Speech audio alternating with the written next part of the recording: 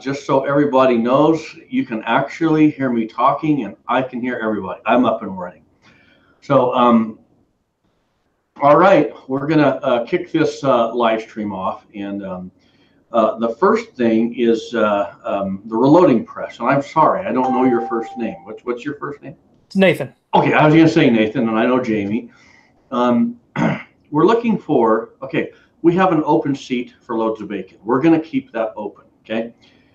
So Loads of Bacon, he has got the flu going around their home.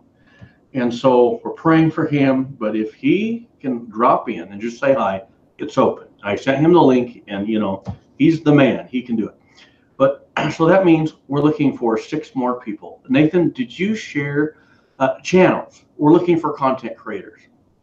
Did you share the Hangout link, and where did you share it to? Yeah, I shared the Google Hangout link on reloading.slack under both the creators and the water cooler section. So if you're looking for a link, there's one there for sure.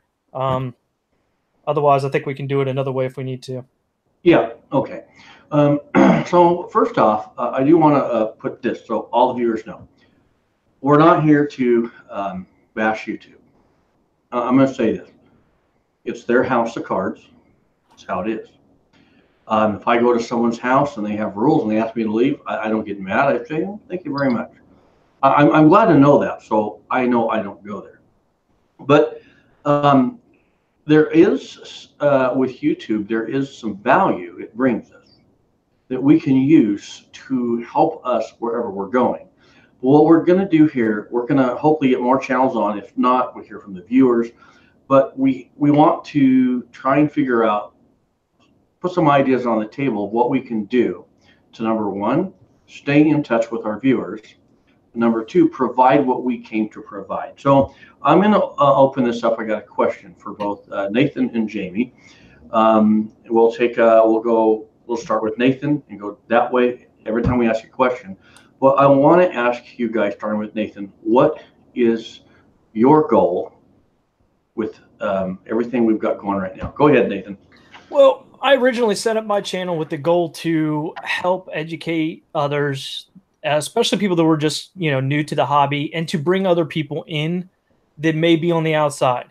One of the things we've found a lot through the Reloaders Network is we have a lot of people who were shooters and that didn't reload because they thought it was too complicated or myriad of reasons. And then we were able to help them to kind of develop that part of the hobby. So that was my original intention for setting up my channel. Now, since then, a lot of my channel has turned towards fellowship with my fellow reloaders and gun enthusiasts and things like that as just a place for me to spend time with. Down here, I don't have a lot of that, surprisingly. So this provides basically a global network for me to be able to spend time with my friends and help new people. So that's kind of my channel's intent and goal. How about you, Jamie? Well, that pretty much sums up mine as well. And we, Nathan and I have been doing Friday night live streams for a while. We think very similarly. I just wanted to start my channel to help give back to new people starting out, the wisdom and the processes that I've learned by watching YouTube videos. High Boy among them, Loads of Bacon, and I like Johnny's Reloading Bench and Fortune Cookie, and I think Johnny's Reloading Bench is taking it on the chin about as much as anybody on here. As I really like him, he's tuned into some of our Friday night live streams, but mainly what I wanted to do is share the knowledge that I've gained by watching YouTube creators and watching the YouTube videos. I basically learned to reload by reading books and watching YouTube videos because I didn't have a mentor here. I know Nathan learned a lot from his dad. I know you did too, High Boy, but my dad, he was a basketball player, and I learned a lot about sports from my dad. I come from a family of baseball guys, but when it comes to the shooting sports and hunting and stuff like that, I have pretty much learned all that on my own, and that was my interest. That's the path I've taken. And like like Nathan said, it's turned into, and I believe Highboy, you would agree that it's turned into more of a family of guys on YouTube and on the Reloaders Network that share so much. They find out somebody needs something, all of a sudden it's showing up at their door, and that's a family. That's a fellowship that we all treasure, and never want to give that up. Yeah, Jamie, I totally agree. That it's funny you bring up Johnny's Reloading Bench, because Johnny's Reloading Bench was actually the one that got me into doing YouTube. I've been reloading for, I don't know, 10 plus years for a little while, and JRP posted a video. I'd say about a year and a half ago, basically telling everybody, hey, look, if you reload and you're interested in this, or you shoot or whatever, just make a video, just do it. And so I did. And I got into it a little bit, and then I stopped. And then Loads of Bacon just came in and told, did a shout out and got a whole bunch of people to come over to my channel, and then send me a couple messages and emails and stuff trying to get me to come back to doing it. And so I did, and I jumped in, and I've really enjoyed it. And it's great to be able to educate and help people. And that's been probably the high point, besides making all the friends, has been helping out the people that are interested. But it's like you said, some of these guys are taking it really on the chin. So far, I haven't yet. Okay, so real quick, Eagle Eye Shooting is on. Nathan, can you tell him where the Hangout link is in case he wants to jump on? Hey, Kenny, if you're interested in doing this, just go into Slack, and it's under the TRN, or not the TRN, but on the content creators section, or it's in under the water cooler and Slack if you want to jump on. Okay. Hey, and pretty quick, we're gonna call some names off. I'm just waiting to get a crowd up here so we can nail a bunch of them. We're gonna nail our viewers today. You get on, we're gonna call your name off. I want to add something to what. Okay, before I add this, I've got a question. I don't really watch a lot of YouTube. I couldn't tell you a lot. When you say taking it on the chin, like Johnny's Reloading, I think he's a great guy. I actually really like him. I think he's who he is. I haven't listened to a lot of his stuff just because I don't watch YouTube. But when you say like Johnny's Reloading took it on the chin and people took it on the chin, what do you mean by that? What I mean by that is based on YouTube's guidelines and Johnny's Reloading Bench, the format of his channel, where he's all about the reloading, all about the testing and showing the results of the test. Mm-hmm. He stands to lose the most of anybody on YouTube, in my opinion. Yeah. Okay. Howdy, folks. Hey, Ken. All right, man. Good. Thanks for inviting me. I can be on for a little bit. I'm actually about to check out a gun show locally here. So. Well, and with that burger, you're going pretty well armed to the gun show. We just want to let you know that. Oh yeah, breakfast of champs right here. All right, that's great. Well, since you won't be with us long, what's your goal? As far as my channel, yeah. Well, I mostly just do this for fun, as a documentation, just for my kids, mostly for something they can look back into, and kind of to share my experience as a as a young hand loader getting into the precision shooting. I've only been doing this for about 3.5 years in the precision shooting side, but I've been hand loading for about 10 with my uncle. So I just, like I said, I'm just sharing knowledge. I'm not here to, make a name for myself, but to but just to meet the folks and have the camaraderie. I mean, we got great people here. So see, this is really good for me because I thought that you and Nathan, I had you guys backwards. Now I'm putting you with your channel name and your name. So that's awesome. Yeah. So, all right, I'm gonna just kind of throw this in there with talking about what goals are. When I started my channel, I did not want to do YouTube. If anyone really knew me, I'm not a camera magnet. You guys might think I am. I was always that joker in high school, and well, I like to have fun, and I'm a person that I like to help people. I like to hold doors for people. I like to know that maybe if someone had a bad day, that I made their day better. That's kind of my character about myself. And so when my channel started and I began helping people, and I saw that people were really grateful for that, and I thought, man, I just helped someone. I thought, well, all right, I'm going to just keep this going. As a matter of fact, when my channel started, in my mind, I kept thinking I was only going to run it for like a year, and I was going to say, I'm going fishing. That really was what I was going to do. But when I realized that with every video I made, I just had someone else that was following along and learning, and so I asked myself, you know, what's more important, helping someone or just doing like what I want? And I do want to say something. Content creators, they do sacrifice. Like, I only shoot every couple of months. If I weren't shooting with most of the viewers, I would be the worst shot out there, because I just don't get out there enough. And I know my time's coming, so I don't worry about that. But there is a sacrifice. But for me, I would rather say, you know, I would rather stop. I've had my time of shooting. I've had my time of reloading. So now it's kind of like my time where I could help somebody. But what's happened over time is the friends that I know I've made, and then I know all the channels, we all make friends. And then what Nathan said, my number one is fellowship. For me, everything that I do is about Jesus Christ. He's the Lord of my life. And so what's happened is one thing has been proven to me is the gun community has the best people in the world, and they've came together. So now we have a decision to make. Through the rules that YouTube has.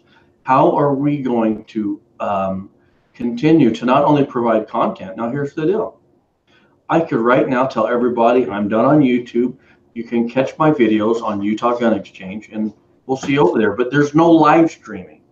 So I think what the goal behind this live stream today is we're looking for ideas from the viewers and ideas from the content creators of how do we keep in touch with our audience and keep the fellowship going. I think really, if you want to learn how to reload, you can follow us on Utah Gun Exchange, but I think there's something bigger, and that is we have a family out there, and we would just like to always keep that open. Does that sound pretty reasonable to you guys? Exactly. Mm-hmm. So, as far as the policies and stuff with YouTube, I mean, I agreed with you. We could definitely follow them, and not blasphemy of YouTube. We could definitely show results. Shooting long distance or whatever. And if folks want to know how that cartridge is made or specific details, we can obviously host that somewhere else. I did bring up to Loads of Bacon about a add-on with the WordPress, which is what the website is based off of, called Swarmify. And what it does, it basically takes the video from YouTube and it uploads it to their own website, and it has their own video player, and it's an add-on to the website. That was something that we discussed yesterday, but we'll see where that goes. It costs a little bit of money. It's another way to upload your videos and store them. It's like $30 or $40 a month, but it can work for I think a majority of folks on the Reloaders Network. Mm-hmm. Interesting. But is there live stream options with that?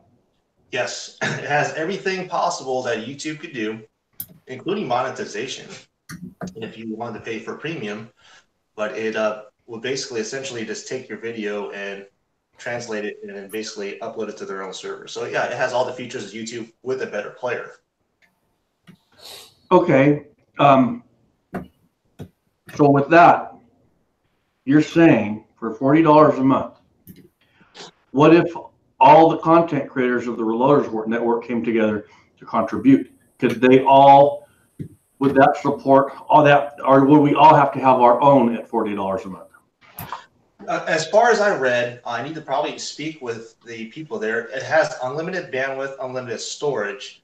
And what it does, it actually scans the website for any video content, and then it will basically embed the video, basically take the video that's on the article that YouTube and replaced it with their video on that website or on Swarmify.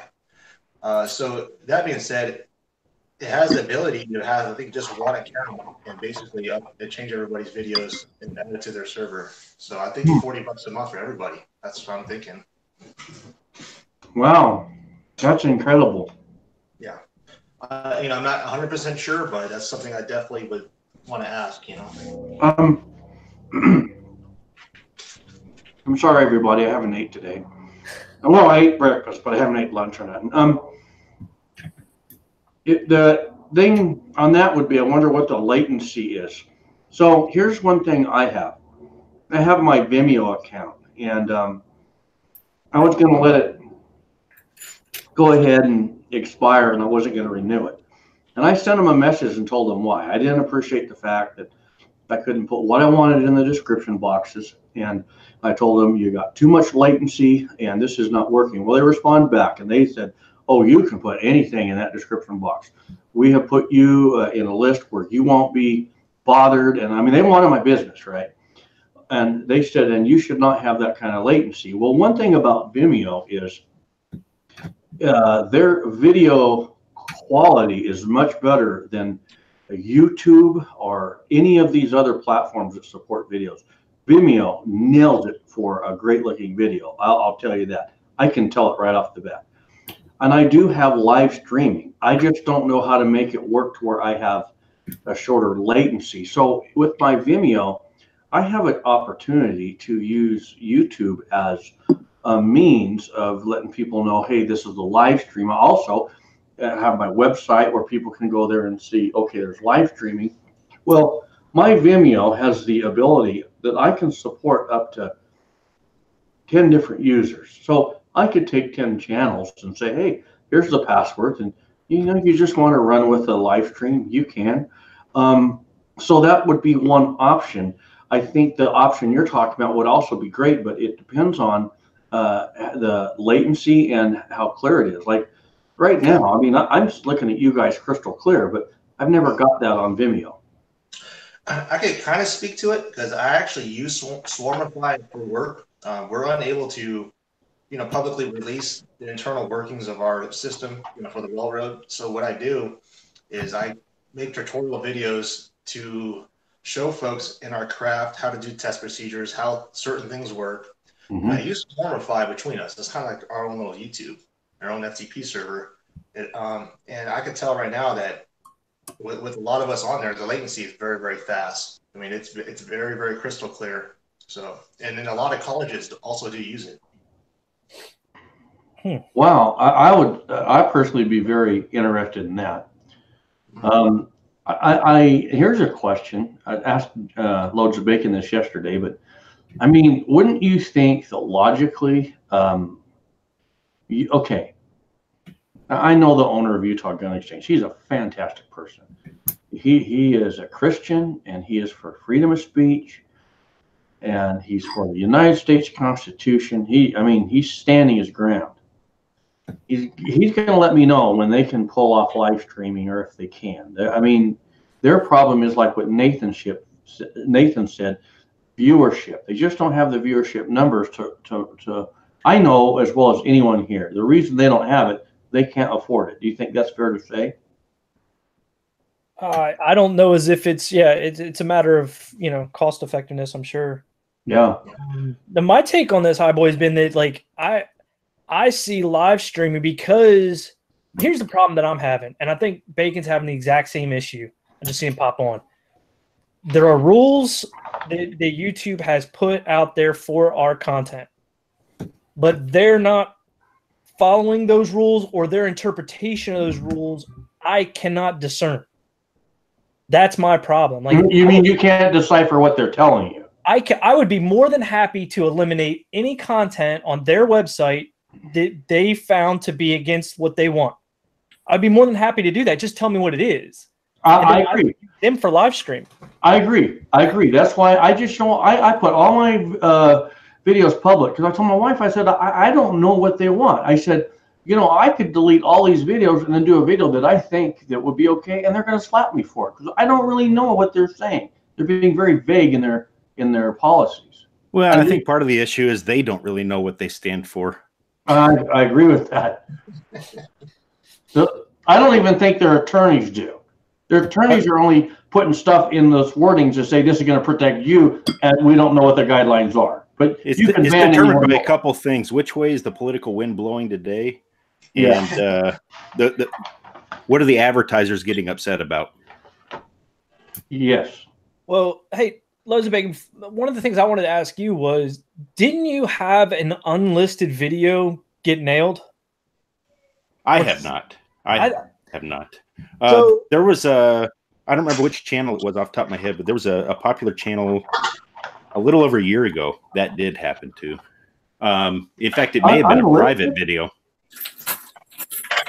So that was my first plan was to go back to basically making all my videos private that are reloading related, and then sending them over to Reloaders Network. But if that's not going to work, and then all I would do on my channel would be live streams and weekly recaps. If that's not going to work, though, then we have to find something else out. I'm kind of at a loss because I just don't understand, because the videos that you said you had banned or got strikes on were advertisement videos. They didn't have any content in them. Yeah, and there's some folks that say, well, it's because you're advertising another site. No, they would have been banned then because of violating spam policies, which they weren't. They specifically said I violated the firearms content policies. It's specifically picking up on that reloading term on the title. That's what the algorithm's picking up. Yeah. No, these have been flagged by somebody. Yeah. You know, we might be having trolls that just kind of join as a subscriber, and that's what they're doing. You know, that's what they do. Oh, I totally agree with that. I totally agree.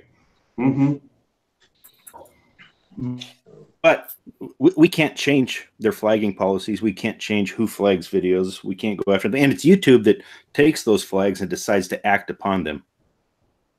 Yeah, and that's why we got to be careful not to be bashing. What we're doing now isn't bashing. We're just, actually, I wish YouTube would listen on this. They might sit back and go, well, these guys are right. They don't know what to do. I mean, this Nathan just said he'd be glad to take those videos off if he knew what he can and can't do. Right. I did that 9 months ago. I took down every video that I thought might be in violation of their policy. Yeah. Yeah, we were talking about that earlier, how Bacon, you and I talked about basically trying to make my channel a safe channel for the weekly recap and stuff. So I stopped doing reloading videos and things like that. And then they did nothing. And so I started getting back to doing reloading videos, and now all of a sudden they're pulling videos off. So I don't know exactly what to do to be within their guidelines, be able to promote TRN, be able to bring in new viewers, and try to do that ambassadorship. I just don't know. Okay, well, I would say that the best, because they aren't specific and they aren't clear and they aren't consistent, the best approach you can go with is don't do anything that violates your own conscience in that regard, according to their policies, and then understand that does not make you safe from their actions, no matter what you do. So have a plan for them attacking you anyway. Absolutely. You and me have talked about that. Okay, so Loads of Bacon. The question is then a couple things. Like I don't know. I thought of like approaching Utah Gun Exchange, saying, "Hey, why don't you, if you can't afford live streaming, why don't you have an option where a channel could purchase their live streaming? Maybe they can get it at a greatly reduced discount. Where, okay, let's just say I want to have a live stream on Utah Gun Exchange, and there's a donate button by the viewers, right? And so you get this, and maybe you could have the cost is just costing you to run this live stream, and all we need to do is hit that peg. And so we have a live stream on there.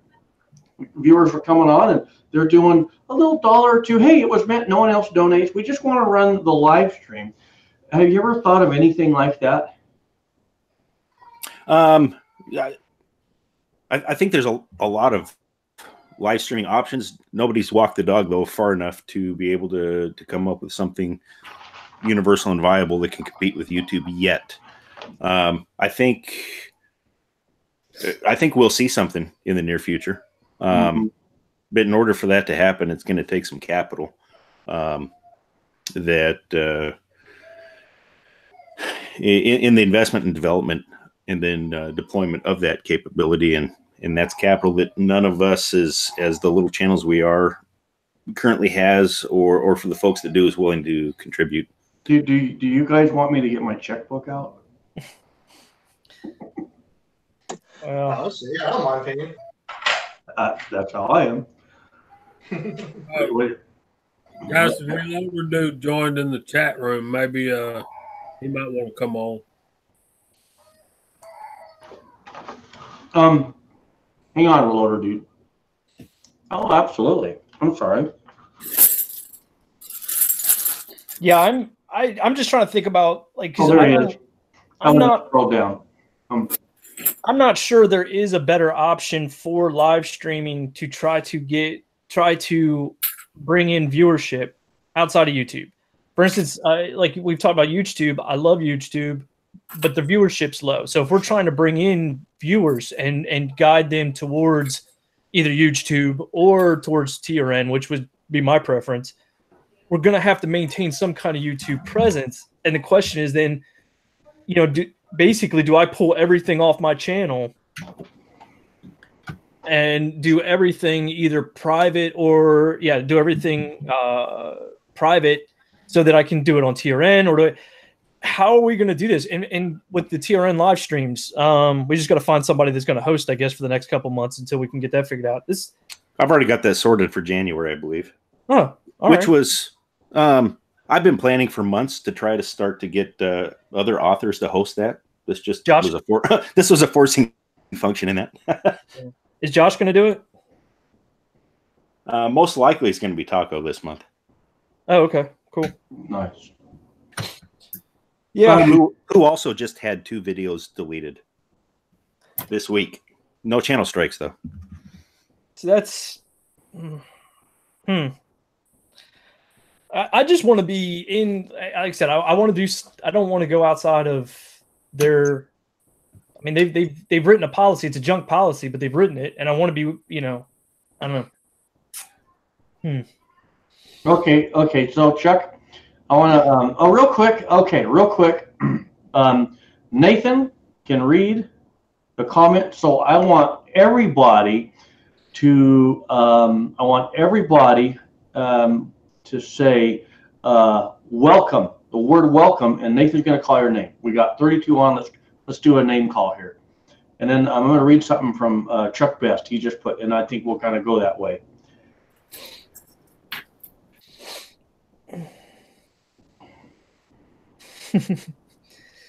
Yeah, Kenny, Eagle Eye. I'm Twitch or Mixer. I'm not sure which one is going to be more conducive.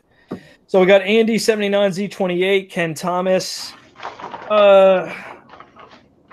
Gonna guess and say that's a Silence J and say Anito Clean Hans or Janito. Yep. That's our buddy down in Argentina. Yeah. Cameron Bryan, Eagle Eye Shooting, of course, Chris Robacker, Old 60 Armory, Grizz 3, Floyd Hicks, Ken Walthan, the Reloader Dude, Chuck Best, Nick L, Cryo Collar, Reloader 762, Vanessa Kitty, and Mrs. Highboy. It's funny, it's a different crowd than what I'm used to on my live stream, so I'm probably hacking some names to pieces, guys. But you get to know so many people, you know. Yeah, absolutely. And that aspect right there is the reason that I would love to see people take the time and effort to come up with a plan to live beyond YouTube, is because this community is outstanding. It's awesome. It is so unique. And for, you know, videos are videos. I learned to reload without YouTube. I had a reloading manual. Fortunately, I still have on my fingers, but the community and the things we learned from it, I don't want anybody to be able to take that away. And so that was my thought months ago in taking some actions was, you know, they can agitate us, they can irritate us, but they can't make us disperse.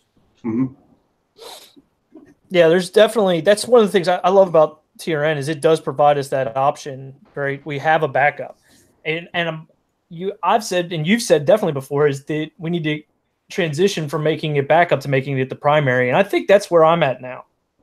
Is that, but I mean, if we can't even put up, okay. Well, so here's the deal. What if we did this then? I mean, we got this thing on Twitch over here and Mixer and all this, but no, let's wait. I agree that Reloaded Network, that would be a fantastic. I mean, it's there, it's solid, it's where all the content creators are. And keep in mind, once the snowball starts, you can't stop it. Okay, it gets bigger and bigger. And the bigger it gets, the quicker it gets bigger. So let's say this. Let's say that we have all these content creators on the Reloader Network. I'll donate. How much you want a month? You want $10 a month? Chicken feed. But we all put chicken feed together, and we're empowering something. So if Loads of Bacon has the ability to do that, then we on the YouTube, we keep our live streams going. It's just yakety yak yak yak, but in our description boxes, that leads them to the Reloaders Network. Now here's the deal. I don't really care if I never make anything off the Reloaders Network, but I do care. I do care that it continues to grow, and I do care that people find out about it. So by us following YouTube guidelines, and we're all making videos on how to make candles and cotton balls and cotton candy or whatever you want to do on the side, and I'm sure we can figure out what gun content is safe. Then on the side, we have live streaming over there. And you know what? We put on some of the best live streaming gun shows you've ever seen. Between all of us, we can pull that off. Don't you guys think? Well, my thought was, like I said, originally I was thinking about doing my live streaming on YouTube to push everybody towards the Reloaders Network, and then on my content, as in reloading videos and such, be posted on TRN. And the only thing I would post on YouTube as far as videos go would be, like reviewing a backpack, or, my videos would be basically non-reloading. Absolutely. But then I was thinking about possibly doing the advertising bit like Bacon used to, but it seems like that isn't a good idea either. What do you mean? What do you mean by that? Well, where you would post a video saying, "Hey, look, I just posted a reloading 32 Magnum video, or 32 H&R mag." So instead, it would have the same title and everything else, and then when you clicked on that video, it would say, "For the full video," or "For that video, go to Reloaders Network," blah blah blah. Yeah. But if that's going to get a strike and that's going to get pulled off because it has it in the title, then it's really not worth doing it. The very first video that I had deleted was I put that teaser up before the Reloaders Network as a website. Links to the Reloader. Sorry. Well, what do you guys think of this thing from Iraq Veteran 8888? That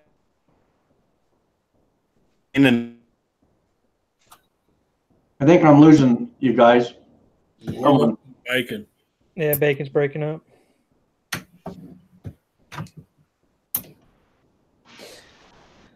Yeah, I don't know. Kenny, I didn't he have some kind of thing where he was dealing with them trying to make sure that his videos weren't being pulled off? And I haven't heard anything since then, but I don't watch Eric's videos that much. So yeah, so Eric's videos, he actually hired a lawyer that looked into YouTube's policy exclusively and made a disclaimer, and he pretty much put it out there that if you want to copyright my disclaimer, you are free to do so. And since he's been doing that on his videos, he hasn't had a problem. And I'm almost wondering if that's what it takes. Or another thing I'm actually questioning is the folks that are getting their videos flagged and all that, is it because their channel is monetized or not? Okay, no, wait. Okay, I got to back up. Eric is Iraq veteran, right? I want to make, okay. Yes. He was the first channel I ever saw, but I didn't fully put those together. You're saying, would you explain in detail about this disclaimer? In this disclaimer, it pretty much says that it's stating that they're not breaking YouTube policy. There is reloading, but it is not manufacturing, yada, yada. This is something that was put together by a lawyer that he hired. And he's saying that we could use that disclaimer? Correct. There's a few channels that I've seen that same disclaimer, and they're pretty big channels, and I haven't yet to hear them or see any posts saying that they got strikes or anything. Wow. Well, the second part of your thing is I don't know as if I've heard of any non-monetized videos being cut. I mean, I'm a non-monetized channel, and I've never had any videos disappear. Because if you think about it, YouTube is flagging videos because of it's not suitable for their advertisement or whatever. Is it not abiding by their policy for their advertisement? So that's what I'm wondering. Is it monetization to do with something involved with it? I don't know. Well, okay. I'm just kind of curious. I've pondered this at times. So what if I do a reloading video, but I don't use powder? That's not reloading.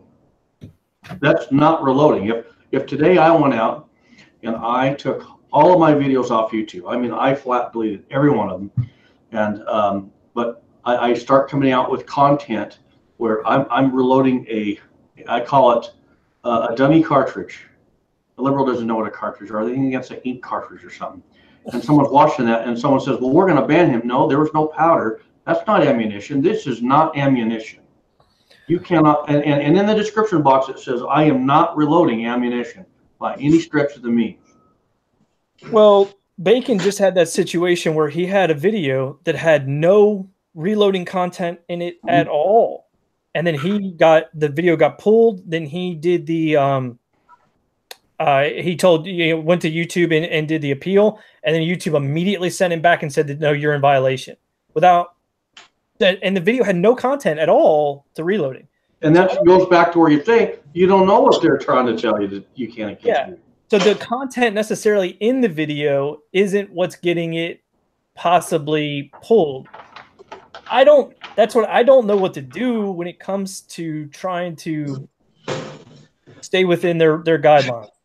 Yeah, and then the folks that are reviewing the videos, I mean, what do they know about reloading? I mean, like this. Here is a high-capacity magazine. Hey, you're dangerous. You're a terrorist. Oh. This is dangerous. High-capacity magazine. I mean, that's how stupid it could get, that they can interpret. So, hey, can you back up? Hey, am I coming through without breaking up now? Yeah. Yes. That's funny right there, man. That cracks me up. Oh, that wasn't a magazine. That was a clip. Oh, yeah, 30 high capacity 30-round magazine clip. That's what it is. I'm going to get banned. Here we go, Bacon. Just in case you missed it. So if you paint it black, we can call it a clipazine.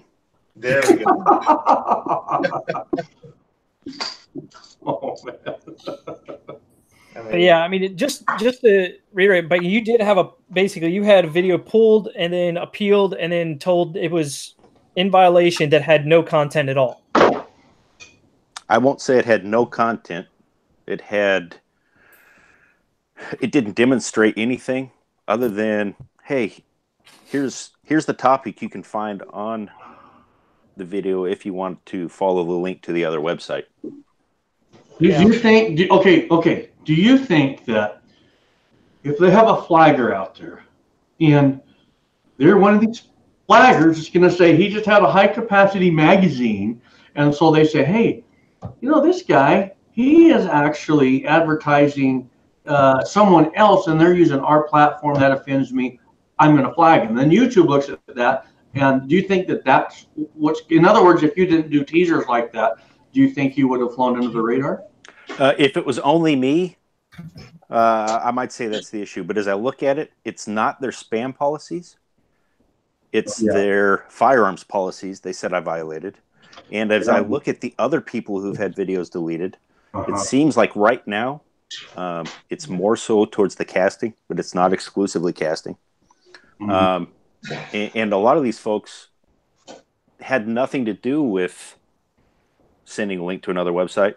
Some of them have since joined the Reloaders Network, but they weren't authors there then. Not all of them are authors now. No, this is YouTube doesn't like firearms. And it really doesn't like the people that like firearms. No, they don't. Now, if it was because I had a link to the Reloaders Network, every single one of my videos would be banned because that's in the description of every single video. And I've got I don't know what it is now, probably close to 200 on YouTube. Yeah. Yeah, I'm the same boat. Everything's got a link to it, so I don't think that's it either, man. No, so, and I was curious about that, and I looked into it, and there was a big YouTuber that ran into some issues with YouTube, and they clarified their policy, and what I've done with encouraging folks to visit the Reloaders Network to see the full content, based on the discussion they had with this other author, does not violate their terms as far as spam or pushing people off network. The issue they have is if you put up a video that has zero content, no audio, no description, only a link, that they consider spam. But they have YouTube has what they have call a associated website or something along those lines, and the Reloaders Network is officially approved as that for my channel. YouTube approved that, so no, it's not because I'm saying go to the Reloaders Network. Okay. It's because there's firearms content. That's clear as day. That's why they deleted my videos. Firearms content.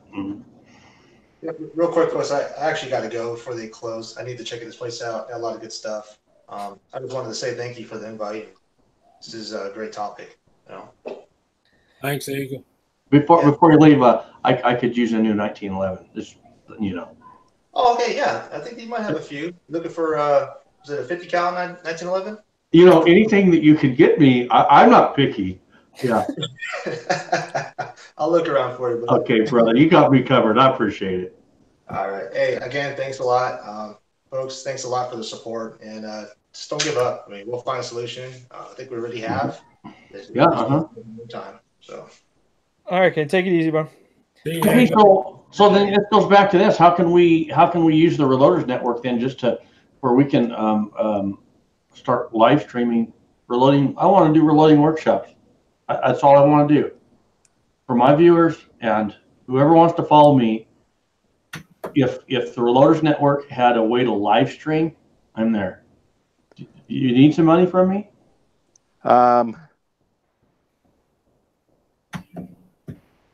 If you can find a solution that would work, we'd be happy to point people towards it. Yeah, that's. I think Kenny's got some ideas. He was talking about them earlier before you got on, Bacon. He's got a service that he was talking about that can do live streaming and back up all of our videos. And there's some cost involved, and he's going to be checking on if it's a blanket coverage or if we each individually have to have that account. But, yeah, he was messaging me about that last night. We were talking on Slack, which for folks that aren't familiar with Slack, if you go to the Reloaders Network and click on the chat button in the menu, there's a service there that takes a little getting used to if you haven't been on it before, but very robust as far as a live conversation with folks. He and I were chatting about that service you're talking about, and as I've looked into it a little bit so far, it looks like for video hosting, it may be outstanding. I haven't looked to see if they have any live streaming capability built in yet. Desaad, yep, I'm gonna murder that. Shizdu says about needing more viewers. Something I would say to that: I have a smaller channel. I have a little less than 500 subscribers. But when I post a video, if I post it to the Reloaders Network first for an exclusivity period of, let's say, 3 to 4 days, I will get probably close to 75% of the amount of views that I will get with that video. So basically meaning like I would get like 100 views through the Reloaders Network. And then if I bring it live onto YouTube, I would only get 25 or so more. So there is a large viewership on the Reloaders Network of this group. So the word is out there. I'm not saying it's huge and it's able to run completely without YouTube assistance and grow, but it is definitely worth posting our content there. Okay. Right now on a daily average today or over the last month, we probably get about 2,000 page views a day, which is coming from about 500 individual people on a daily basis. And I expect that to keep growing. Yeah. No, I'm going to say something here. Okay. A couple years ago, I had a conversation with a guy. He's an author for a gun magazine. And I told him, I said, I beg your pardon. The days of people ordering a magazine are going to go by the way of the payphone. People do not think to go to a newspaper stand and buy a magazine anymore. It just doesn't happen. I have a pile of magazines that I get at great publications, but I don't really look at them anymore. And so here's the deal. If you think about it, what Loads of Bacon has put together, that is like the mega catalyst for the next place for anyone that's just not wanting to reload, but go talk about guns. Used to go look at Guns and Ammo. Used to go look at this magazine. I'm not saying I wish magazines would stay around. They are really neat, but society has changed. It's just changed. Yeah. And so now what you need is you need a place where, okay, when I go to a magazine stand, and I'm looking at a gun magazine, I don't look at glamour and I don't look at lipstick and I look at this. You can go to YouTube and you can look at this and this and this, but we have people in our world, they just want the gun stuff. And guess what? The Reloaders Network is that one-stop shop. So what Loads of Bacon is saying is it's going to grow. I really think that the thing here is if we can somehow figure out live streaming from that. Now, as far as like us making money, I'm going to be a little long-winded here. I'll try and tie it up quick. I don't need to make money from the Reloaders Network. I need the Reloaders Network to survive, right? We can all still make money. We can put the stuff on video. Hey, these people talking about toys on YouTube, they're making more money than the gun guys are ever going to make. So there's, if you want to make money on YouTube, you just make everyday videos. If you want to be a millionaire, just strap a camcorder live and drive around town. You'll be rich. You don't have to say a thing. For some reason, people are drawn to that. Okay, so you could run your YouTube channel and every day. It's not about what you're putting. It's about how much you're putting on there, baby. And you get an audience, and then your audience finds you, and they go to the Reloaders Network. So you could use YouTube as a way to make money, and you take that money and you support what you do here, and we're all over at the Reloaders Network, and we're all talking about guns and ammo. And we could really care less what's on YouTube. That's there you go. I'm done. Yeah, monetizing isn't. I think for a lot of people, it's not really. It's a non-issue for most of us, because I don't think most of us didn't come into this to make money, right? We came into well, for instance, you said something about magazines, right? I believe one of the reasons why I got started in this that was really important to me was I felt that the writers of magazines, and I don't mean anything by this, so if you're one of those type of people, please don't take any offense, but the writers of magazines were 60, 70 years old plus. They're not keeping up necessarily with what's new. It's very set in their ways. There was a couple forums I was a part of. They're very set in their ways. They were not friendly to new people. And I saw YouTube and that community as being the best thing I have seen for welcoming new people and staying current within the reloading and gun community. Mm-hmm. And so that's why I think the Reloaders Network, like you said, it is the magazine of the future for us. And it's just a matter of trying to find a way to make sure that it grows and that it does what it's supposed to do. And I'm not there to make any money. We've talked about some things. Bacon's talked about some things to help out, but I'm not necessarily. Reloader dude, you are not old, but you know what I'm talking about, man. Like we got some guys. Like for instance, I know you were part of this crew at one point, I think, where you would ask a question on a forum and immediately you would get 10 responses to use the search function. It's like, well, then what's the sense of the forum? You know, and we're not like that over there, and I think that makes a big difference. I don't get that the search thing. What do you mean? Well, we used to have there was this website, a forum, right?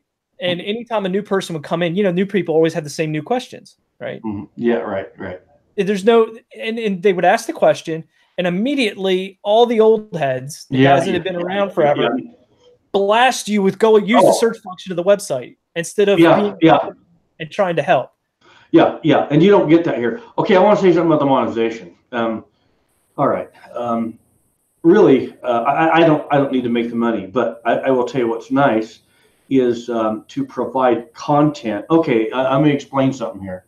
If I didn't have a YouTube channel, I would only have one set of 357 Magnum dies. But when I'm going, then I say, okay, I want to do something different on this. So now I'm going to buy some equipment for that. I wouldn't normally buy that. Okay. So I think it depends on, if I had a channel where I didn't have this much equipment and I was just reloading, okay, I could support that. But when you're talking about live streaming, you got to keep your computer going. I got my monitors, and the amount of stuff I do. And there's one more thing. People got to think about. Every time you do a reloading live stream workshop and you only use a small amount of cases, powder, and bullets each time for instructional, well, if I didn't have a channel, I wouldn't be doing that every time. So under my benches, I have collections of bullets that I've been loading as an example. And yes, they're shootable, but they're not all matched. So if for me, I don't need money from the Reloaders Network. I want to support them. But if somehow I could create a way just to make 30, 40 bucks a month to keep my components going, to keep what I need going to provide my content, I don't care that I get rich. I just want to be able to provide content without taking out of my wallet. That's all. That's all I'm saying. Yeah, I've run into a lot of folks that say, hey, I didn't join this thing to make money. There are some folks that have grown their channel and they've been able to do so through the money they've been able to make through ad revenue and sponsorships and other things. And, if you're not secretive about that, go for it. There's some people that are backhanded and, do what you're going to do. I'm not going to watch you. But, YouTube's been around for a dozen years and has spent billions of dollars to build what they've got now. It's hard to replicate that in a matter of days. Mm-hmm. But, throwing that out there, I don't want anyone to think that the Reloaders Network is existing to beg people for money, or we need a bunch of, I'm not going to have a telethon like Jerry Lewis or something like that to try to raise funds. We're starting to sell some merchandise there, and things like that. It does cost money to run the website, but there's no. I didn't build the website in order to put my hand out. Yeah. So for anybody listening, don't think you've got to spend a dime in order to go and use that website. The content is there. We've got I think we're approaching 1,300 posts in the last 9 months that have been posted there. Every single one of them you can access without even registering.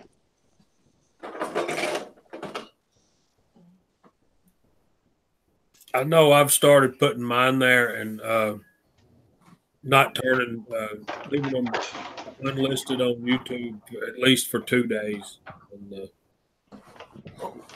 But we still get, and this is one of the things we're going to help educate people. I get a lot of, well, I don't want to have to go to this site and this site and this site and this. And they're members of our own community that are saying stuff like that. And to that, I would say, look, guys, we're being attacked by not just anti-gun people, but by liberals in general. And we need to unify. And now's the time that we've got to do it. And we had a taste of that this past Friday night, didn't we, Nathan? Yeah. Yes, we did. It's time for the Reloaders Network, YouTube, Gunstreamer, all these guys. We've got to unify our resources and come together and come up with a solution. And now's the time. Well, I can tell you from my perspective, from what I'm seeing and what I'm hearing from Highboy and Bacon, I think the solution for me is basically to all content videos to be mainly out of YouTube to do my weekly recaps and to do the live streams for my YouTube channel to drive viewership towards TRN. And guys, if you want to do any kind of help for the Reloaders Network, like Bacon said, he's not going to have his hand out. But I don't know if we can see this here. We have load data cards that are part of the merchandise there, and these come in they come in handy, and they're really inexpensive. If you wanted to buy those to kind of help out, I'm sure Bacon wouldn't mind. Real quick, Chico Wise wants on. Can you tell him where to go to get that link? I don't. Just go on Slack, man. It's on the water cooler and on water cooler on Slack. Okay. Yep. And Curtis too. He just joined, popped up in the chat room. Absolutely. But Jamie, what do you think? I think that's going to be my option, right? I'm not worried about, because I'm not going to get monetized ever. I'm not worried about that. But I want to help tap into that viewership, and the way that I think I can do that is live streaming through YouTube. But if I get like Bacon had, where you end up with strikes against you and I can't stream, then we can't push people towards the Reloaders Network. I think that's kind of how I can use YouTube, stay within their guidelines, and best move forward. I don't know. What do you guys think? I want to say goodbye to Nick. Nick L is out. Nick, have a good day. He's a really good friend. Go ahead. What I need to do is go back to the Reloaders Network and change my embedded videos from my YouTube account to my BitChute account. I still cannot, and I haven't tried in about 6 weeks or so, and Bacon's told me that a potential solution.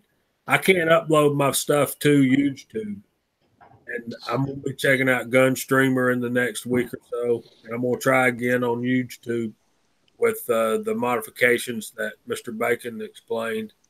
And the short version of that, Jamie, is, and for anybody that's tried YouTube and run into issues, it may yell at you if you try to upload a video and put it in a description. If you don't put something in the tags, you have to have something where it says tags. I don't put nothing. It's errored for me every time I try to put something without tags, but it doesn't tell me specifically what the issue is. But as soon as I put something in tags, then it uploads. Well, one of the other things is Highboy was talking about Vimeo. Vimeo, as far as what Bacon and I think some other people have experienced, if you use the free version of Vimeo, the amount of advertisements that they put in your video is insane. Oh, really? Yeah, I remember a while back, I think it was Bacon put a video out that was hosted through Vimeo, and within it was like a 10-minute video, and there was something like 8 or 10 advertisements in it, which it just makes it unwatchable. Well, that wasn't Vimeo. I've never tried Vimeo. That was Daily Motion. Daily Motion, that's what it was. Okay, all right. So then Vimeo's because Vimeo doesn't advertise it.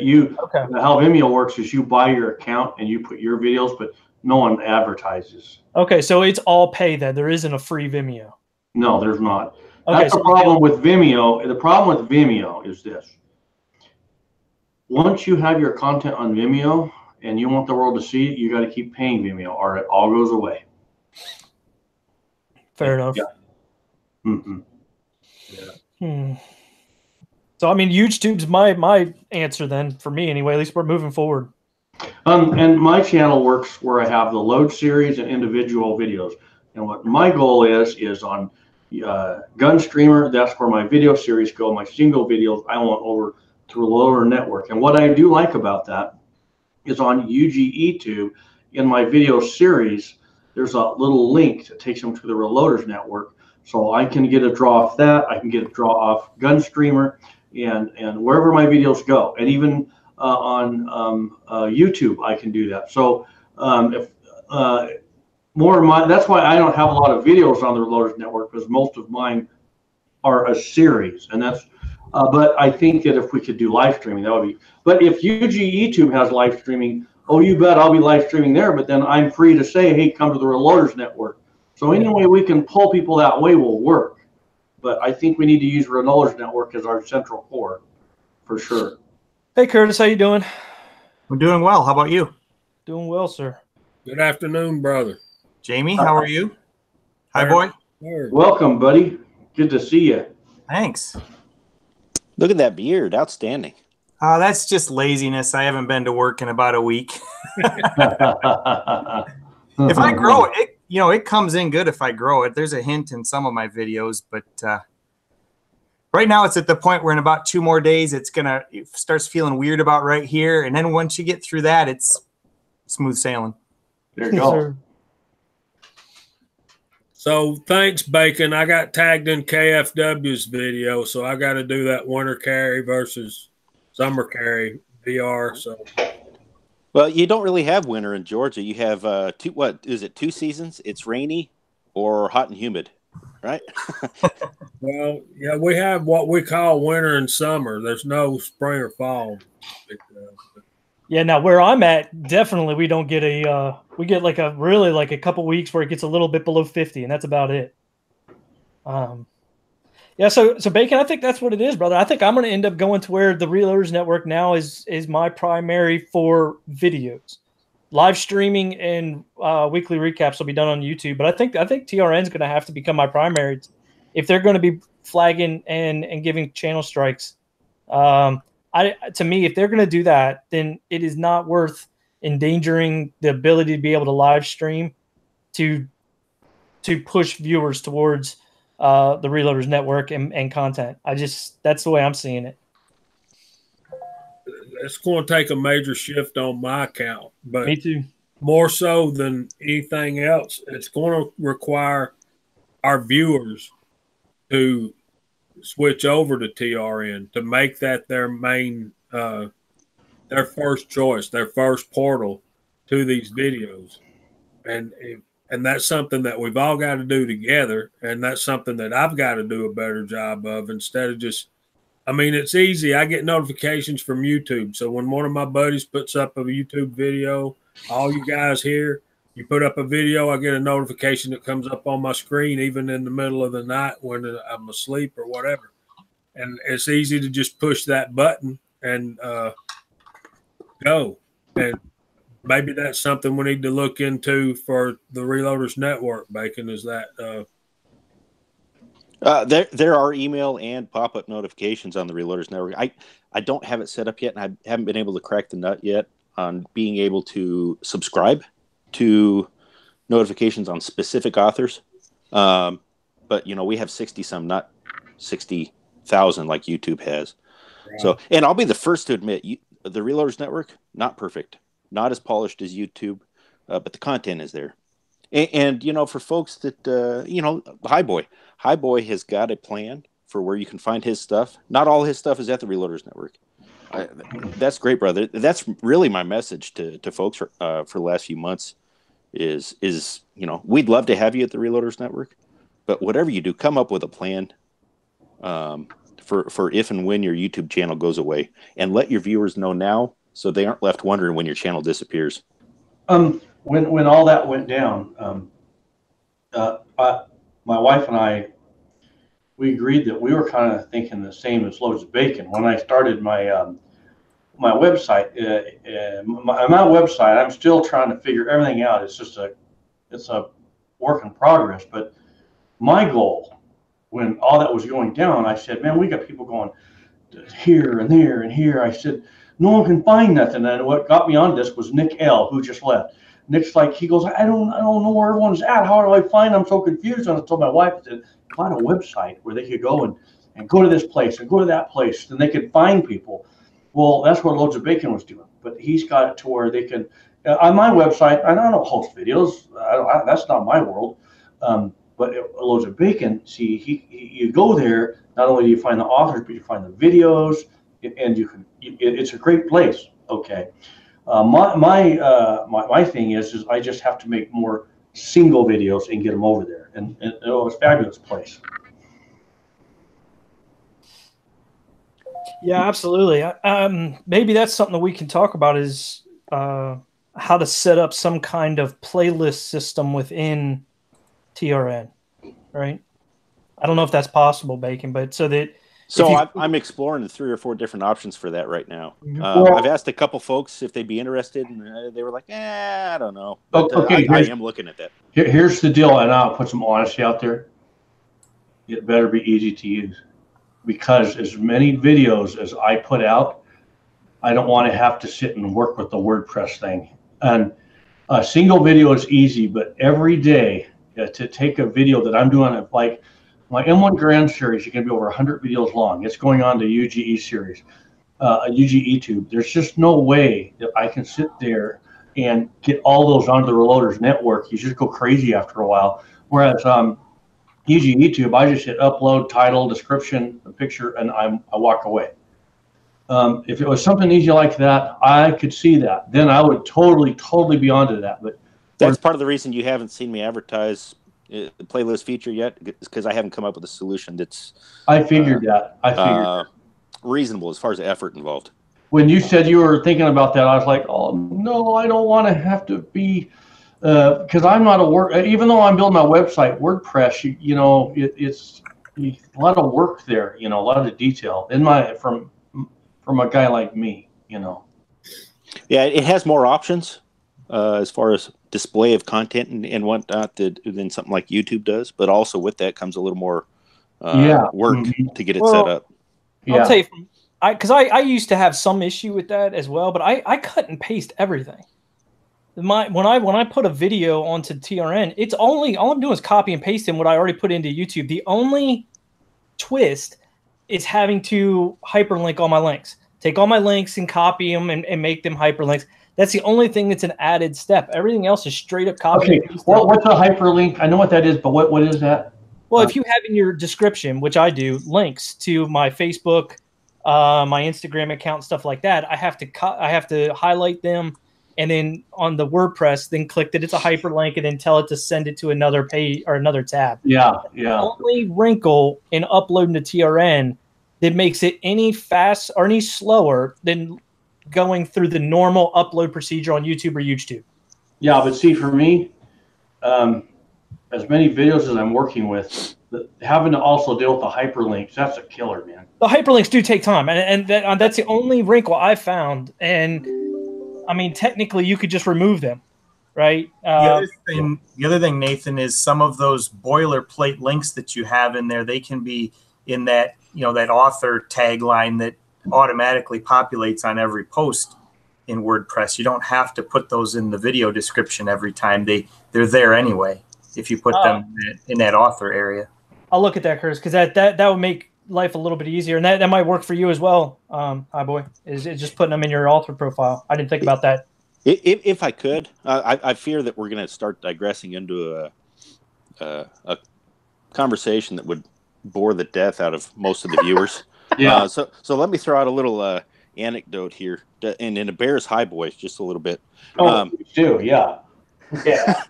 So Hi Boy and I, several months ago, we were chatting about the site and various other things, and we had been talking to each other through video and some other things.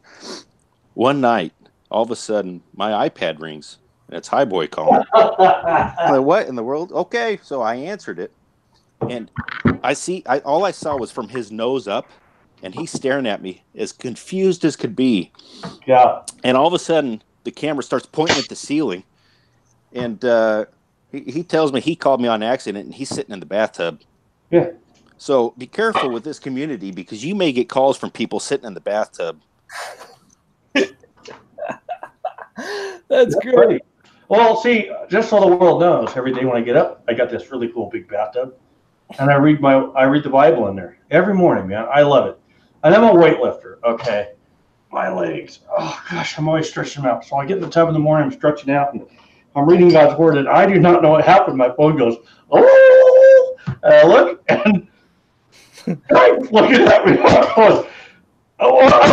Everyone, this is the truth. When I saw him, all I saw was a shadow, and I was reading my Bible, and I thought, is this God? And then I go, who's this? And it's just loads of bacon. I'm like, well, I'm taking a bath, man. Okay, so keep going. That's awesome, man. Nathan, can you send Chico a link? Yeah, I can send him one. Yeah, I would send it, but I don't know how to send it to him. Nathan's a pro at this stuff. Hey, let's Bacon. What is a 500 error? Man, I've been seeing that everywhere lately, and so have my viewers. And me too on my phone. Yeah. Is that just when you're trying to get into a live stream? Yes. Yeah, Yep. that's a Google thing. Something about the link, having trouble figuring out how to connect. I don't know exactly. Hi, boy. A 500 error is when you have a Dylan press and you have some of the 450 features and some of the 550 features, and it defaults to somewhere in between and gives you a 550 error. Like if you take off the primer feed. You are a true reloader. Oh man, I love you. You nailed it. Let me ask a question, Bacon. As far as future growth is concerned, is WordPress robust enough to support what we're talking about doing here? WordPress runs more than a quarter of the internet. Yeah. So is that a yes? Yes, it is. So, depending on traffic, it may get to the point I need to go back to the folks that are hosting the servers and pay them more money for better support and better bandwidth. But WordPress itself, absolutely. Yeah, I'd be Bluehost does a pretty good job through WordPress, that's for sure. Or at least it seems to. Now, one thing I'd be interested in with the viewers, like I'll ask my viewers this, and I mean, this is kind of more High Boys viewership, but what would they be interested in if we were to try to make some kind of shift in the way we're presenting our content? What would they be willing to go through, right? Like, are they willing to follow a link on YouTube, or would they rather, go? I mean, I don't know. That's the question I'm having. Okay, so I'm going to say something about that, and I'll use myself as the guinea pig here. But okay, I've been a part of the Reloaders Network. How long now? And you have a link that you just shared with the guys, right?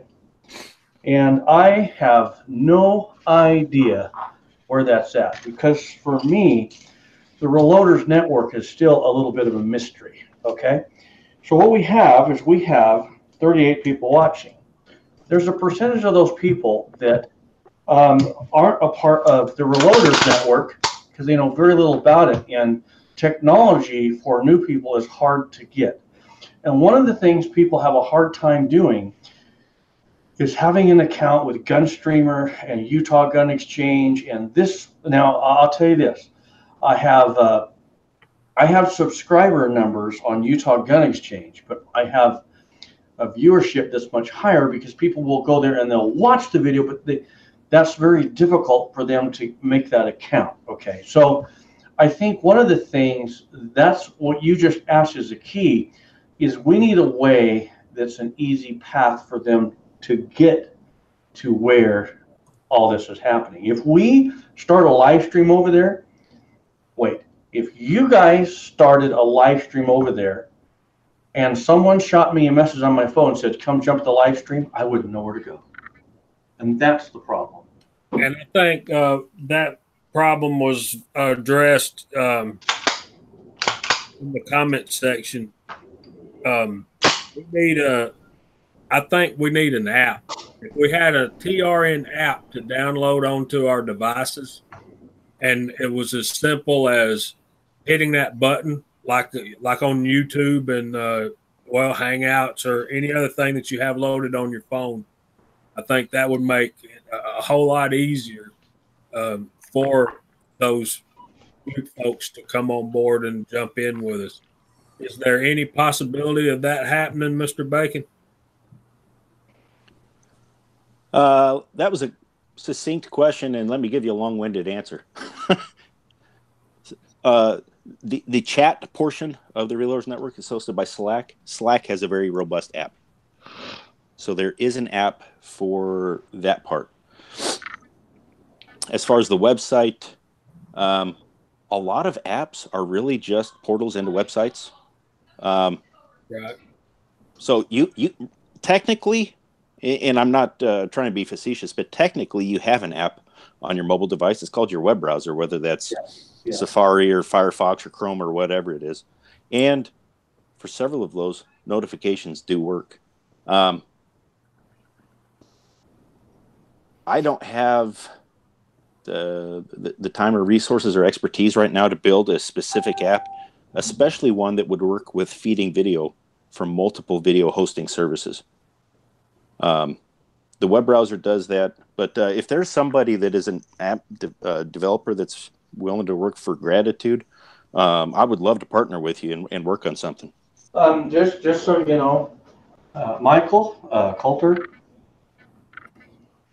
Okay, in what Lords of Bacon just said, I have an app for my own website, and I don't even know where it's at because I never. Oh, there it is. I have my own app at the top there. See, it says Highboy Nation right there. That's the app to my website. See, it takes you to my website. I don't ever use it because I use my browser. But Michael, he can build an app. He did mine for a smartphone. He's not able to do an Apple because he would need the Apple phone. But Michael could build an app for a smartphone, and then if someone has an Apple phone out there, we could get him. Then he could probably do an application for Apple. So there you go. I think that just that app is what Bacon was saying. It's a front end of the web browser. You know, on most of the smartphone devices, a large majority of the applications are just overlays over the top of the web engine. Yeah.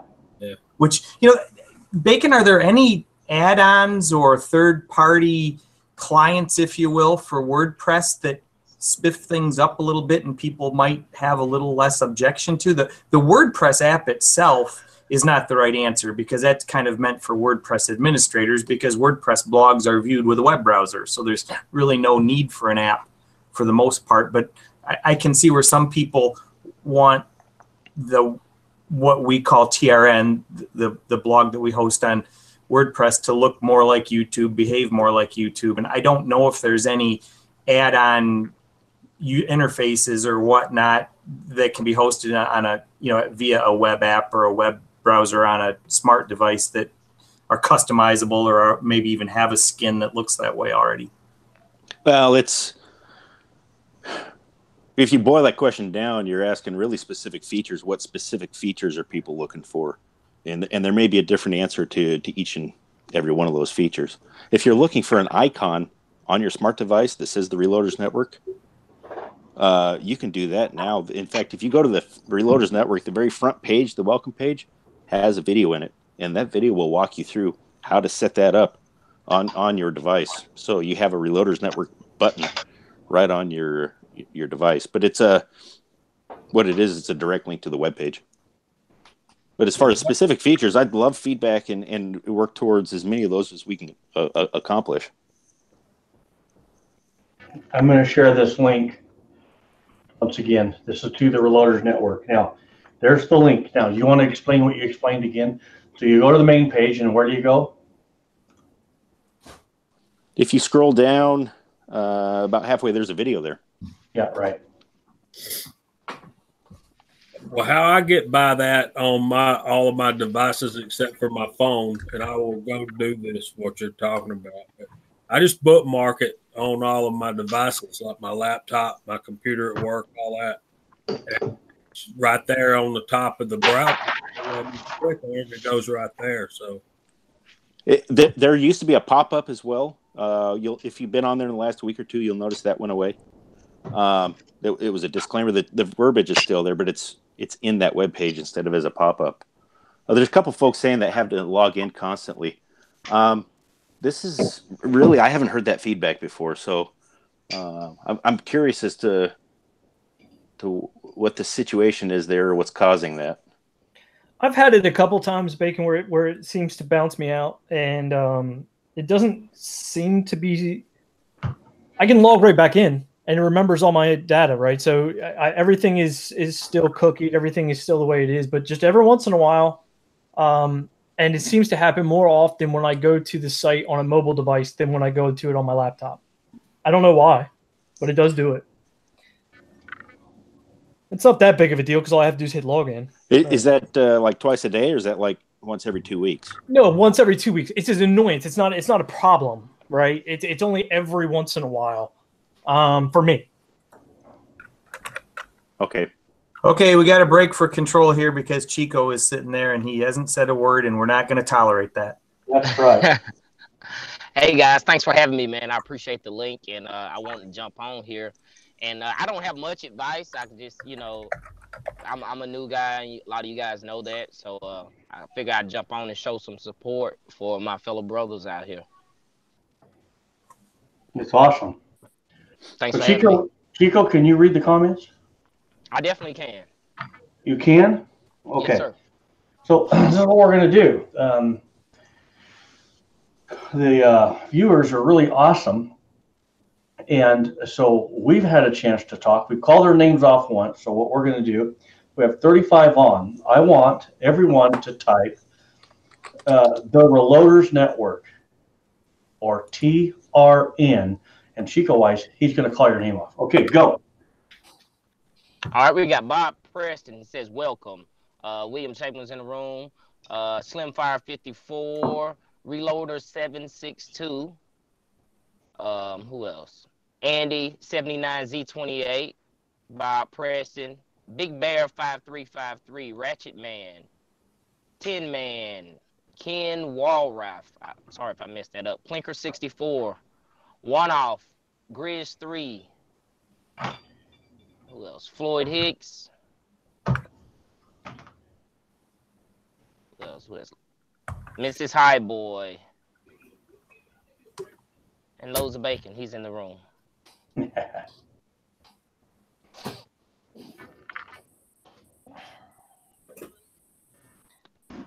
That's good to hear. 76 Highboy. Vanessa says that hers are staying logged in all the time. So I think it is sporadic, and who knows what causes it, that log off thing. Well, it logs me out every couple of weeks too, but I'll go take a look and see if that's something I can configure.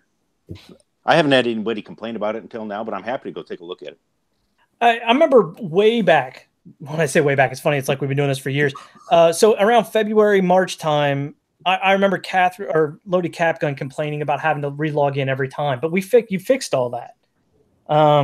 And now, I mean, like I said, it's only every once in a while, and I don't know if it's every week or every 3 days or every once in a while. Maybe I try to go in under Safari and then I go under Google. Who knows? But every once in a while, it bounces me out. But it's not, for me, it's not that big of a pain. But I can see from a user side, maybe they get frustrated with it.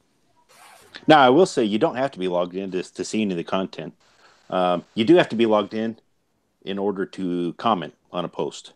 But you can see the content without being logged in. You can see the content without having an account. Yeah. Well, Curtis, what are you thinking about doing as far as working around the muddy nature of YouTube's reloading policies? You going to do any kind of changes at all, or are you just going to stick with doing what you do? I don't know. I've looked at some of the alternate hosting places, and for various reasons, I've not signed up and been, well, I think I did create an account on the one that disappeared, but it's a double-edged sword for me, Nathan, because, I probably am one of the few that I don't like some of the things I see on YouTube, and I don't like some of the things that I see on these other sites. And you go to like Daily Motion, and there are things there that I think I don't want to see any more than whoever's flagging our videos don't want to see our videos. And I don't want to see people cooking meth. I don't want to see disrespectful things. I don't want, I don't like things like Reloading with Rosie and Red Hot Building where I like beautiful women, don't get me wrong. I really do. But the thing is I don't like it when content is devalued by putting that garbage on it. If I want to see those kinds of things, there's all kinds of places on the internet to see those kinds of things. I don't need it where my real life is. And, so even on the Utah Gun Exchange stuff, because they're open, because anybody can post anything, that's exactly what they do. And I don't post just anything. I don't do anything on videos that I think would reflect negatively on the reloading and shooting community. There's things that I see others do that I think it's okay that they do them, but it's just not for me. And when I get surrounded by them on these other sites, I don't care for that. And then it can go the other way too, where you look at full 30. Some people say full 30, full 30, full 30. I get turned off by a lot of what I see on full 30. I am not tactical. I don't think I'm a special forces operator. I have a relative that was a real special forces operator. I know what that looks like, and that's not me. I don't read Soldier of Fortune. I don't have ARs because I want to be tactical. I buy things that I like to shoot, that I like to learn about. I make no beef about being any of those things, and full 30 is just full of that. I don't want to see jokes about drive-by shootings on bicycles. That's not my style. I'm a shooter and a reloader. I like shooting at targets. I like hunting. I like teaching. I like the family aspect of these sports. So I'm troubled by, YouTube censoring us. I don't like that. But these other places, they have no standards, none. And some people think that's a benefit. One of the things that's about TRN, it's inconvenient for some people because their posts are reviewed, but that's where the quality comes from. We have an ongoing chat in Slack right now where people are saying TRN is so much better than this forum and this forum and this forum. And the reason it is we're putting the responsibility on people to put out good content, and they're accountable for what they post. If they try to post garbage, it doesn't make it on. Now, we're not censoring people. We're not telling people you can't do this, but we're asking people to have some taste, have the overall welfare of the Second Amendment community, the gun shooting community, the reloading community in mind. That's why we don't have the trolls on TRN or Slack in our forums. We are self-regulating this, and we have amongst us a certain level of expectations of quality and content, accountability. I think that if I put something on TRN and it happened to sneak through that didn't reflect well in our community, I think several of you would probably send me a message and say, hey, what are you thinking? And I don't think anybody call me out in public or say, Curtis, you're an idiot. I think you guys would say, hey, you're a little off on that one. Maybe let's think about this. That's what's good. There's none of that at these other sites. Well, and let me throw out there too that you're talking about folks' standard of content.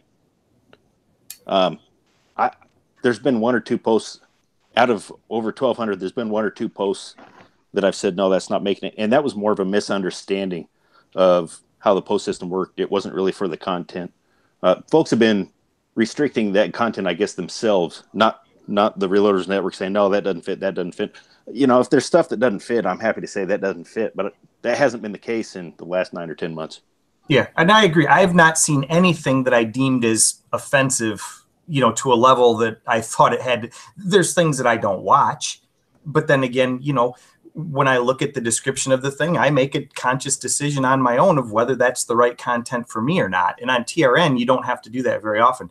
When you go to some place like Utah Gun Exchange or Daily Motion in particular, I would say that I would probably say 90% of the content there isn't something that I think has got a lot of value to me. I'm not into memes. I'm not into fails. I'm not into meltdowns. That's not my thing. It's just not for me. So, and I'm not saying that other people shouldn't post those things. Nathan's asking me, what am I going to do? I don't think I fit in with that crowd any better than I fit in with YouTube. So it's kind of, I don't fit in at full 30. I don't fit in at YouTube by their standards. I don't fit in at Daily Motion or BitChute or Twitch or any of those, because that's just all, that's a whole different culture.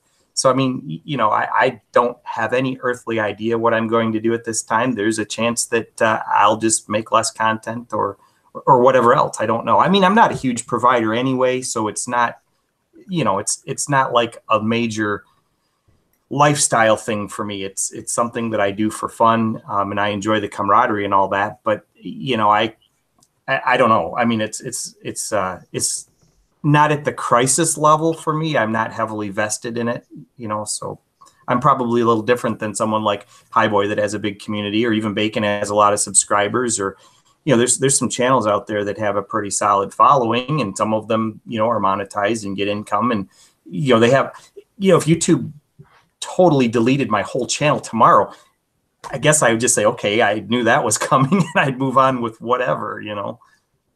So can I say something about that? Sure. Are you telling me you don't like these videos? Bang, bang, bang. Oh, last time I checked, if someone's in my house, you know, I'm going to come around the corner and I go bang. I'm going to be looking. I'm not going to be doing all this, you know. And it drives me nuts. People wonder why I don't like YouTube. Because of all the gun stuff on there, about the only thing that I find really real is what these guys right here put. I swear, if you ask my wife that right now, my wife will say he is so right. Because really, I like the military arms channel. I like Eric at Iraq Veteran. I think he's kind of a neat guy. I think he's filled a boot that he developed, but I haven't seen his videos in a long time. I don't follow it. One thing I don't like, I don't like this, and I don't care if someone wants to judge me. I don't care what your ideals are, but I've never been comfortable going to a movie with a crowd of people or in my house or by myself and just watching two people get naked on the. I'm like, you know, I just want to watch a good wholesome movie. I'm a man after God's own heart, you know. I protect my eyes. One of the problems I had was like with YouTube is, you know, it's kind of like my videos are right next door to Smutville. Gosh, I don't need to see that. But I do know one thing. I'm a Christian. I'm a shining light in the world. So I can put my videos somewhere. As far as making money on the video, I think we make like, I don't know, 20 to 40 a month. It's not enough. Maybe $50 this month, but after Christmas that will drop. So I don't care about the money. Just little money helps make my content, I guess. But I'm just like William. I am like William. There's something else I know. There's a lot of guys like us. And Nathan said it. It's about fellowship. So I do like what's on Reloaders Network. I feel like I could probably take what's on Reloaders Network and use that as more practical to just not my life, but most people's life. So I agree with what he's saying. I mean, I totally amen that. And I think that we're on the right track just by finding a place where we can live stream and have our content. And if you want to put it out in other places, that's fine. I don't know what Reddit's about. But someone told me that there was like pornography on Reddit, and I said, I will not put my videos where there's pornography. I'm sorry. I don't want to do that. That's me. So that's my rant in support of him. There you go. And you know, the thing is I'm not criticizing what other people want to watch and want to create. I mean, there's a lot of people that like watching the phony tactical stuff. I mean, you know, it's just not my thing. You know, and I think that what's wild about it is, you know, you can apparently on YouTube, you can make as many tactical videos and tell people how to defend themselves and give people uneducated opinions on how to best defend themselves or protect their home or what's the right rifle to shoot somebody with and everything else, but you can't show casting a bullet. I mean, you know, I obviously don't fit in there because I don't want them to really censor anything. What I would like is I'd like to be amongst a community of people that had enough intelligence and enough integrity, enough accountability to moderate themselves and to think about, you know, here's this hobby that we do. How should we all behave so that the world doesn't think we're a bunch of crazy people that shoot up malls, you know, because I don't think any of us are that, you know. So when you have one or two people that want to act that way, that's what I want to stay away from. Mm-hmm. Yeah, I agree, Curtis, to some degree. Like I prefer to use the Reloaders Network as my primary. I would prefer to use the Reloaders Network as my primary means of accessing and linking and driving viewers towards. But in order to upload my videos, because they would get a strike, like a reloading video, like the one I did about the 32 mag, if that's going to get a strike on YouTube and close me down from being able to live stream, I will gladly upload that to YouTube and then use YouTube and port it over to the Reloaders Network and then drive viewership to Reloaders Network. Right. I know that's kind of, to some people, that's a double standard. I'm actually kind of more on the liberty side. I don't mind I don't care what anybody wants to post. If I don't want to see it, I just won't watch it.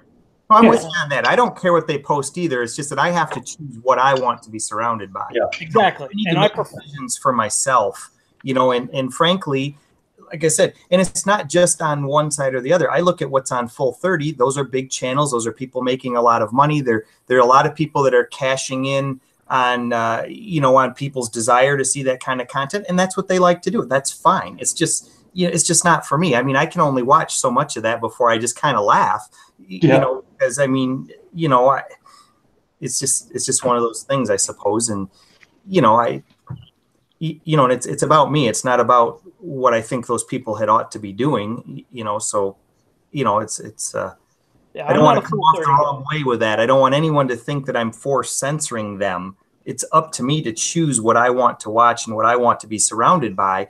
And unfortunately, when I go to some place like BitChute, there's so much of it there that it's distracting to me personally, you know. So other people probably think it's great. I like BitChute, but it is a dumpster, right? And that's a good way to put it.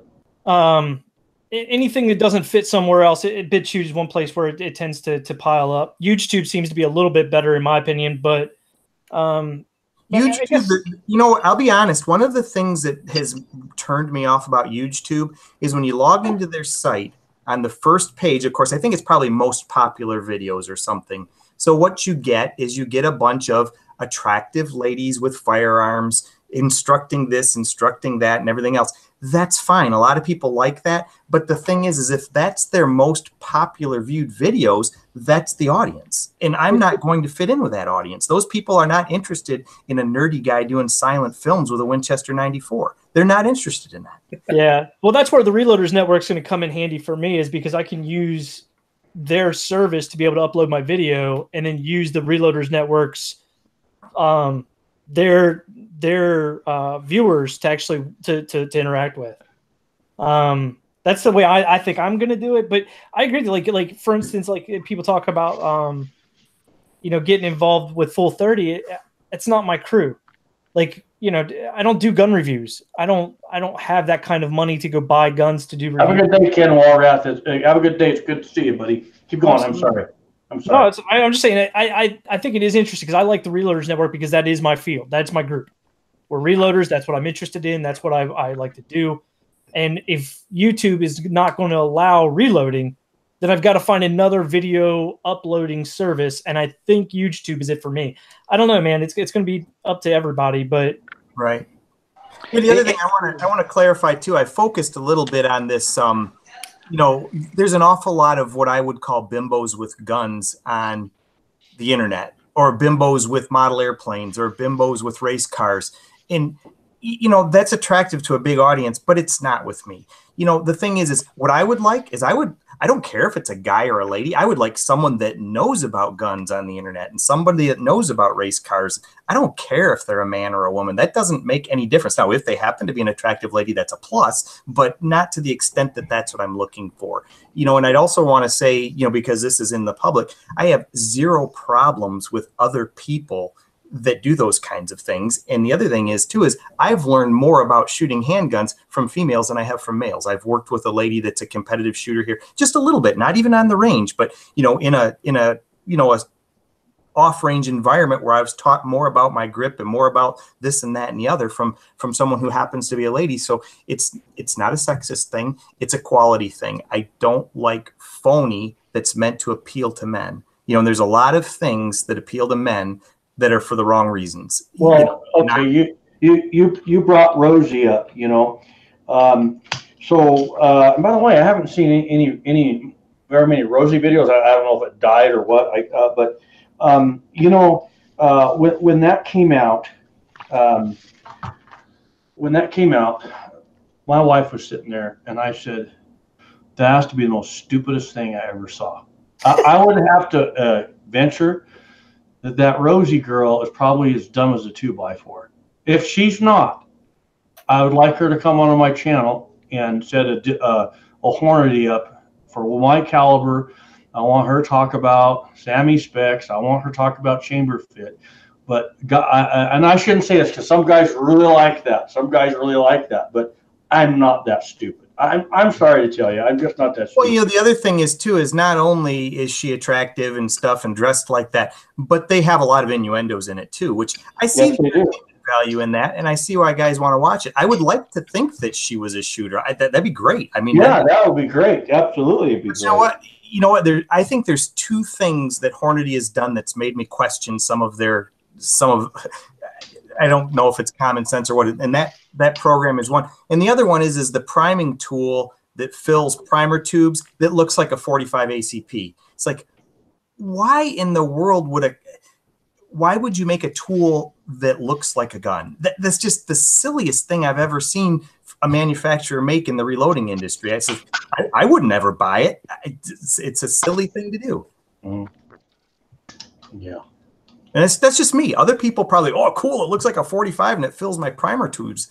I was like, golly, I guess some marketing person thought that was a great idea, but I don't know. It's just not for me. But I'm opinionated. Obviously, this is coming out a little bit here, but but that's where I see this video hosting thing is, yeah, all this same garbage is on YouTube is on these other places, but there's so much stuff on YouTube that what pops up in my recommended list and stuff, the engine is a little better and it caters to me a little bit better. So, I see things that I'm interested in popping up rather than getting what's popular with perhaps a demographic that I'm not a member of popping up, So, I mean, that's kind of where I'm at on that. Mm-hmm. And that's part of Big Brother too. Sure it is. Sure it is. I mean, yeah, exactly. Some of the stuff that we're not interested in just never pops up into our playlist. Well, and I will throw out too that the Reloaders Network is really geared toward anything reloading, casting, firearms, and shooting sports. So we've got folks on there that don't reload, posting content. But some have said, "Well, should I be on there?" Well, do you ever put a new round into a gun after you shoot one? Well, you just reloaded. Somebody asked me earlier today about, hey, we got some folks on YouTube that do black powder muzzleloader stuff. What about them? Yeah, come on board. So we've got folks on there that do long range precision rifle stuff. We got folks that do 5 yards with handguns. It's not. If you don't own a reloading press, you're not welcome here. It's more broad than that, but it is narrow in focus compared to something like YouTube. I wanted to bring up Ratchet Man in the chat. He made a valid point. He says you only have to watch the videos you want. I agree 100%. It's on me to pick and choose, to look at the things I like and not look at the things I don't like. It's harder for me personally to do that at YouTube and BitChute and Daily Motion, so I tend not to go there. That's my choice. I'm not trying to project that on anyone else. It's just so when Nathan asked me where am I going to host my videos, I don't feel that I fit in those places very well. So that's why I'm saying those things. I think Chico was trying to say something. Yeah, sure. Thanks. I didn't want to cut anyone off. For me as a new reloader, when I found out about the Reloaders Network and a lot of, like Jamie and Nathan, they sent me over there. For me as a new guy, it was so welcoming. Like the people over there. So when I started uploading my videos, because my fellow channel creators were either getting strikes or I was hearing about stuff, I was like, well, maybe I need to move some of my stuff over here. And the response I got back from people who are already over there, I had a comment, a guy said, he was like, if you would have never posted this video over here, I would have never knew about you on YouTube. So that kind of propelled me a little further to upload more content and, be involved with the Reloaders Network. So I think it's an awesome place. That along with Slack, I think the interaction is a little more personal because, you've got a wealth of knowledge of people over there. So I definitely appreciate what Loads of Bacon has done with the Reloaders Network and all the support. For a new guy, for people helping me, I definitely appreciate that.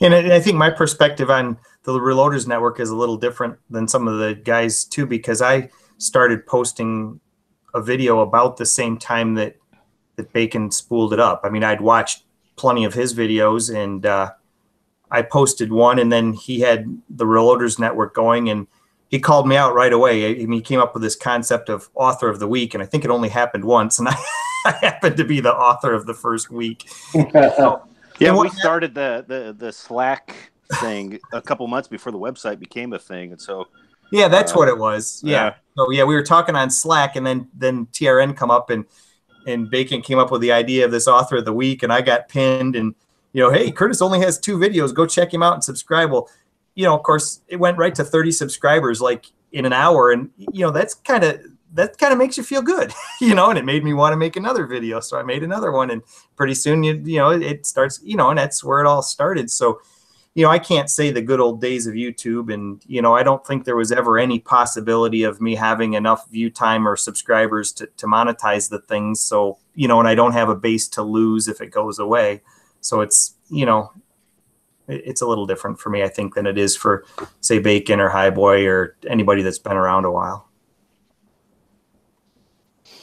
But I think a lot of us came on about that time, really, as far as being prominent. I mean, I remember when Jamie first was on Kyle's channel, and I remember the first of the, when Nathan came on, it's like he had I saw maybe 1 or 2 videos, and then he started doing the weekly roundup. Well, in all fairness, Nathan was around for a little bit, and then he disappeared for about half a year, and then he came back. Okay. Yeah, Bacon. I told him the story about me taking a time off, and then you shouting me out, and then getting all those people jumping on and right, kind of motivating me to come back. But yeah, I mean, and it's funny because you're right, Curtis. A lot of people did start getting serious or get together. I mean, the Reloaders Network has helped to solidify some of the channels that maybe wouldn't have kept going. It's been great, and I absolutely adore it. I think that's kind of why I'm deciding to. I think that's what I'm going to do, guys. I think I'm going to pull I'm going to pull everything towards the Reloaders Network as my primary for all my regular videos. I'm still going to do my live stream and stuff because I see no better way to do that. To me, it's even if, like, let's say if Loads of Bacon was able to get a live streaming service on the Reloaders Network, it's not going to be bringing in new viewers, and I'm not going to. I agree. I'm not going to be getting strikes on my live stream from YouTube. Right, my live stream, the Georgia Student Connection is not going to get strikes on it. So if I can continue to do that and continue and start back to doing weekly recaps, I don't think those will get strikes on them. That'll bring in new viewers, and my content that will just be on the Reloaders. I think that's why. I agree. Bacon, what do you think about that? Do you think that's probably the best bet moving forward, safest bet moving forward? Oh, it's that's kind of been my gentle plea with authors for a while: is use whatever social media channels, avenues you have, whether it's Twitter, Facebook, Instagram, your YouTube channel, whatever it is. If you've got followers there, give them reason to show up at the Reloaders Network, if you don't mind. Yeah. I think the majority of my views come from there or people that are members. I mean, a typical video will have about 120 views. So, I mean, that's pretty equivalent to what my subscribers are, but I think a fair amount of them are people that are looking at this core group of us that are on the Reloaders Network. I don't think I'm putting out any content that's really going to attract anyone that doesn't know who I am. I mean, maybe by keywords. I think the 44 special videos, just because Thorzax and Fortune Cookie had and Bacon also had some videos that were tagged 44 special. I think that I gain a little bit from there, but I think frankly I've gained probably more viewers from live chats and stuff on the Reloaders Network than YouTube itself. So for me, it's probably not a big deal to say goodbye to the audience that, so I mean, I could probably move everything to be hidden and have it only linked from TRN. I don't think that would harm me in any way, other than I think the comments would go down because still people aren't commenting much on the Reloaders Network. But then again, it's the same core group of people that comment on my videos. So either they'll comment or they won't, and I'll get maybe 1 or 2 new commenters every time we have, like when I was on the Georgia Shooter Connection, I grabbed a few, and every, the monthly TRN chats, I grab a few. So I think everything for me is probably originating traffic wise in some way attached to TRN, so that there's absolutely no reason to, now, can you, Bacon, you could maybe answer this. Can you put stuff on Utah Gun Exchange and have it hidden? Do I have to exist on that platform, or can I be incognito like I could? Last I checked, no, but I think on Gunstreamer you can, I think. I don't think you can on Gunstreamer actually, either. I think Gunstreamer, it's either private or public. I think that's the two options. So I think on Gunstream you can have it on your account without showing anywhere, or you can have it shown everywhere. I'll check right now. Because I could just not ever go to those platforms and just park my videos there. Which is kind of what I'm planning on doing, to be honest with you. And mainly it's because I've tried to interact a fair bit with YouTube, and I've got a couple viewers over there that were unique to that platform, but by and large, I don't know, it just hasn't worked out. Their search is one of the things that's frustrated me. I can go over there and I can type in loads of bacon, and there's times where it'll say that there's nothing, or they'll bring up one video. It's like, I know he's got a lot more than that there. Or, Elvis Ammo put some over there, but if you search for Elvis Ammo, you might get one video. BitChute was the worst for that. Like you would, I could search something and never find it on BitChute. Right. BitChute's search function was really bad. I don't know if it's gotten better, but I didn't know this about Gunstreamer, but your choices are public, private, and unlisted. And man, I wish Utah Gun Exchange had the unlisted feature. So you can use Gunstreamer as a place to host a video. Here's a question then. Look, is Gunstreamer going to disappear like some of the other? Well, they combined with that other one that disappeared, right? No, Gunstreamer and YouTube publicly talked about a merger, but then they backed away from that. Oh, did they? I thought they did it. No. Now, what was the one that went away? That was GunTube or something like that? Yeah, there've been a few of them. I think there was a GunTube. Hey, Vanessa, have a good one. Thanks for following along. We'll see you. I may have even created an account on YouTube already. I can't remember, but I just, I was kind of not suitably impressed when I was fooling with it, and, kind of just, and it didn't seem like the failure was imminent for me anyway. And, and that's the thing that I'm finding a little bit frustrating about the whole YouTube thing is, I don't know the thing is I'm not sure that YouTube has engines that are scrubbing for the content. I think somewhere, some entity is flagging these videos that are getting reviewed. I mean, the email even says that your video was flagged for review.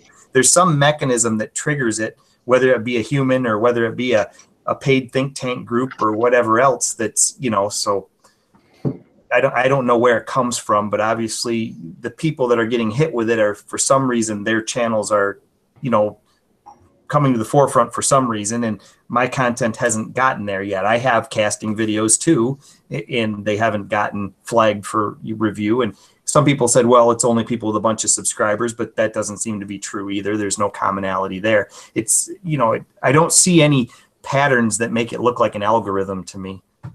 Well, Curtis, one thing I have not noticed, and Kenny brought this up earlier, I have not seen a video get pulled off or strikes for a channel that is not monetized yet. That doesn't mean it hasn't happened, but it has happened. Off the top of my head, I can think of I think his name's Roger Evo. He's got, last I checked, I think it's a couple dozen subscribers, and he's had a couple of them deleted. See, and why does it always seem to hit in a bunch like that? I don't know. Because whoever's doing the flagging does a handful of it, and then they disappear for a while. They're afraid. Just a couple of days ago, TATV Canada got a strike for a video that was deleted in October. Yeah. See, I might, kidding me. I might be in the minority, but I think the fact that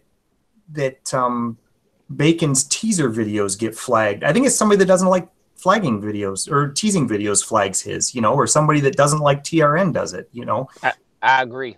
I think that's what it is. I was reading their policies last night, and anyone can flag a video. Right. I mean, Chico, you could go online and flag my casting video, and maybe they'd review it, or maybe they wouldn't. Heck, I'd sacrifice my channel to play with it. Somebody can flag my stuff and say, hey, this is offensive, and see what they do. whatever. I don't know. Yeah, It could be and trolls. I'm sorry, Nathan. Could I say this? I know Eagle Eye was on here earlier. He was talking about Iraq veteran, and about his disclaimer. And me and a couple guys were on a private stream it, so we were talking, and I was curious about it. So I took that disclaimer and put it on my videos, every video. What does And it say? I haven't looked at it. it is a long, drawn out, done by a lawyer or something. But a lot of my titles in my videos have casting. I have yet to be flagged or striked. I hope I don't speak anything into existence, but you know, I kind of took that for what it was, and I said, let me just maybe protect myself and see if I can put this on here to keep my videos from being flagged, because I've got casting and reloading videos, but I'll pull it up. I'll read doesn't it. happen. So, and we don't know. I'll throw this out. We don't know if some of those larger channels have had videos deleted or not, because a lot of channels that have stuff deleted don't say so. And I can see their point. If they have some, you know, if I've got somebody supporting me financially, you know, a sponsor, Right. I probably don't want to throw out the fact that I'm violating. I'm seen to violate standards, because then, you know, that puts their money in jeopardy as well. So I'm probably just gonna be quiet about it. The bigger channels also have YouTube reps. I mean, they've got enough ad revenue and whatnot that they're not like a little guy like, you know, if I don't think I have any recourse at all. If somehow somebody flags one of mine and it gets deleted or whatever, I don't think that I have any recourse at all. YouTube has really no reason to keep me around. I mean, so Okay, I'll read this. This is Iraq's disclaimer. It's disclaimer. Our videos are strictly for documentary, educational, and entertainment purposes only. They spelled limitation wrong. Limitation or the use of any acts depicted in these videos are solely at your own risk. Okay, I put that in line. All work on firearms should be carried out by a licensed individual. Don't do your own work. And all state and federal regulate rules apply to such. We, including YouTube, will not be held liable. Oh, they're protecting YouTube too. I like that. They're taking YouTube off the hook. Correct. That's just one of the problems YouTube's having. Okay, we, including YouTube, will not be held liable for any injury to yourself or damage to your firearms resulting from attempting anything shown in our videos. This is why, you know, I was going to do a channel totally breaking them down, but we really need to keep it to field stripping only, because that's what's shown in any manufacturer's firearm breakdown manual. Field stripping only. Past that, you need a gunsmith or an armorer. The difference between a gunsmith and an armorer: armorer replaces it with factory parts. Gunsmith can customize it, just so y'all know. Okay, we do not endorse any specific product in this video. And this video is not an attempt to sell you a good or service. We are not a gun store and do not sell or deal in firearms. There's a protection. An attorney wrote this. This is all built in.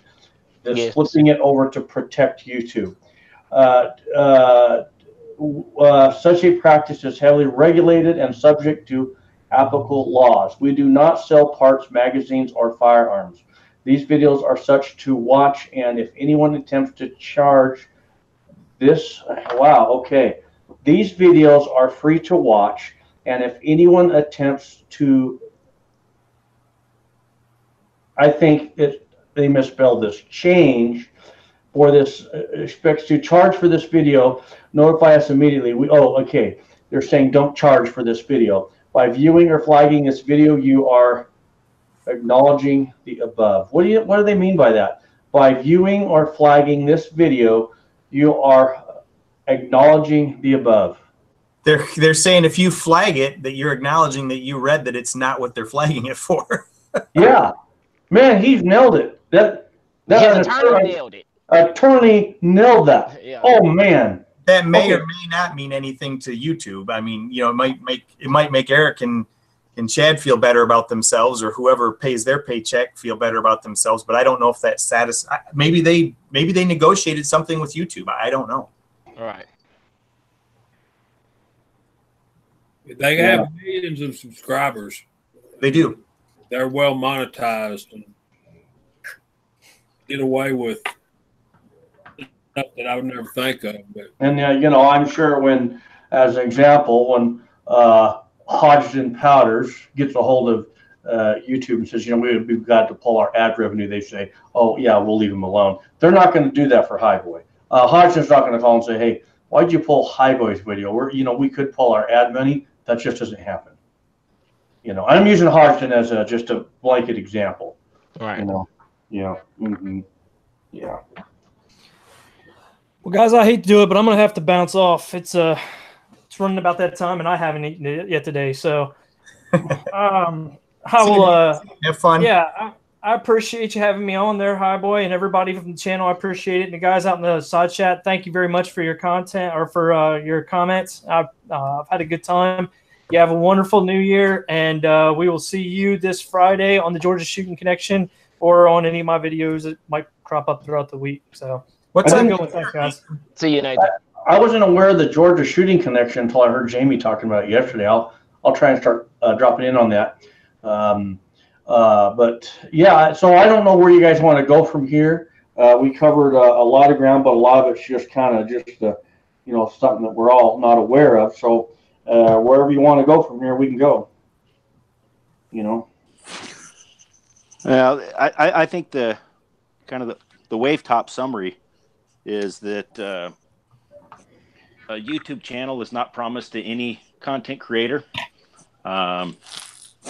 It could be gone tomorrow, and if you want to continue to be able to interact with the audience, the community, and the viewers, and guarantee that you're going to be able to do that in the future, you've got to start planning now for what the possibility of no YouTube means. And there's a few options for what it could mean, but come up with one and let your viewers know, so that if you disappear tomorrow, they know where to go find you. Yeah. Echo and the Bunny Man mentioned in the side chat what a lot of people I've heard say is that this Southern Poverty Center in Louisiana, I guess it's some sort of a liberal think tank, supposedly they're contracted to.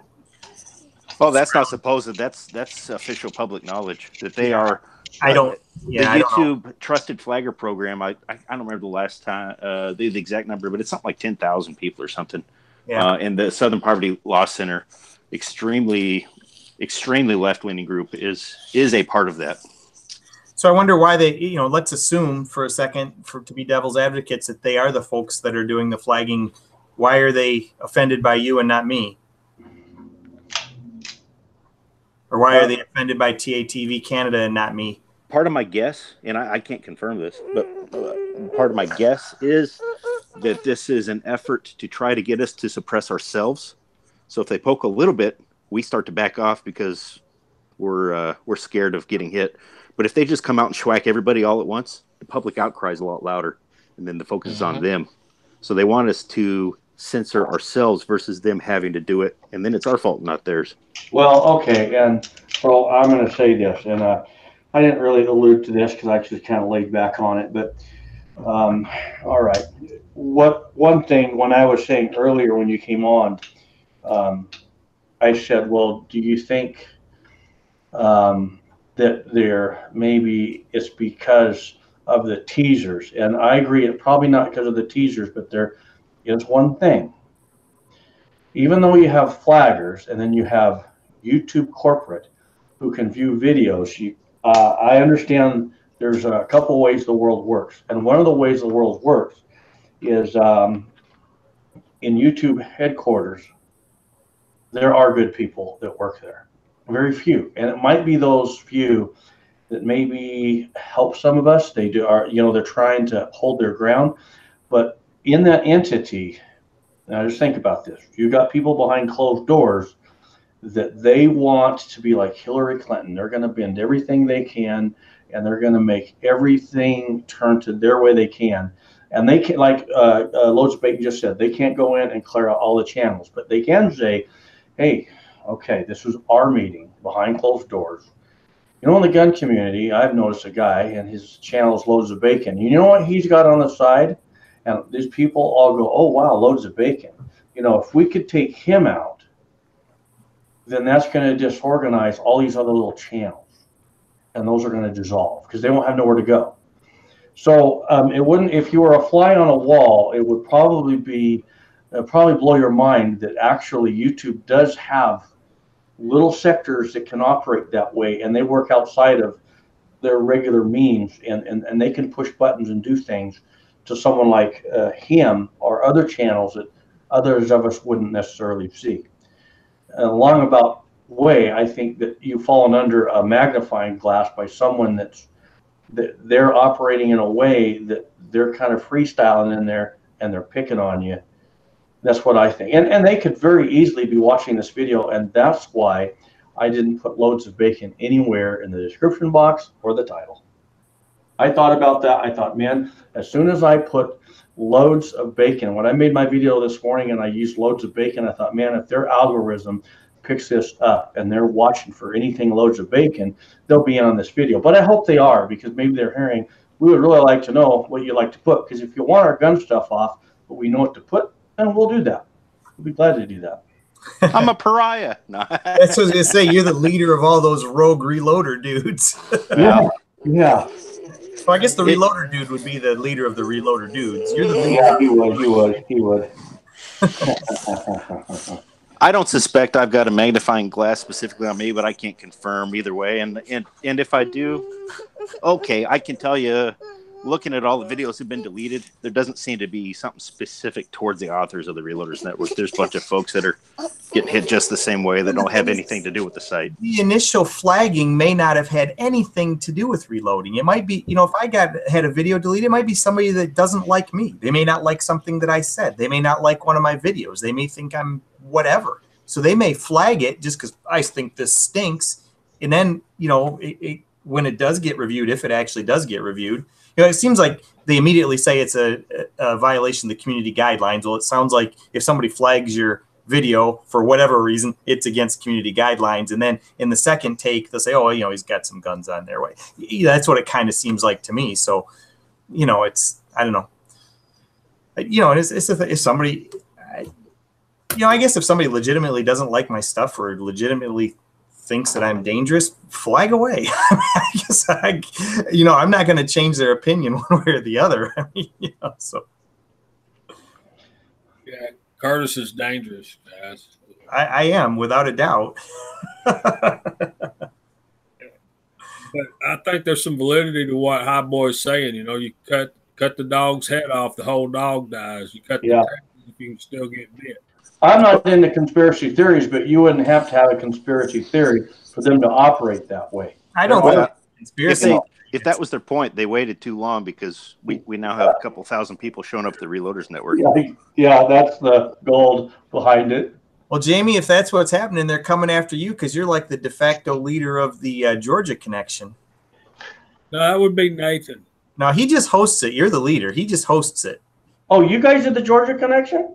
Jamie's the Georgia connection. Oh, I didn't know that. Oh, that's cool. So, yeah.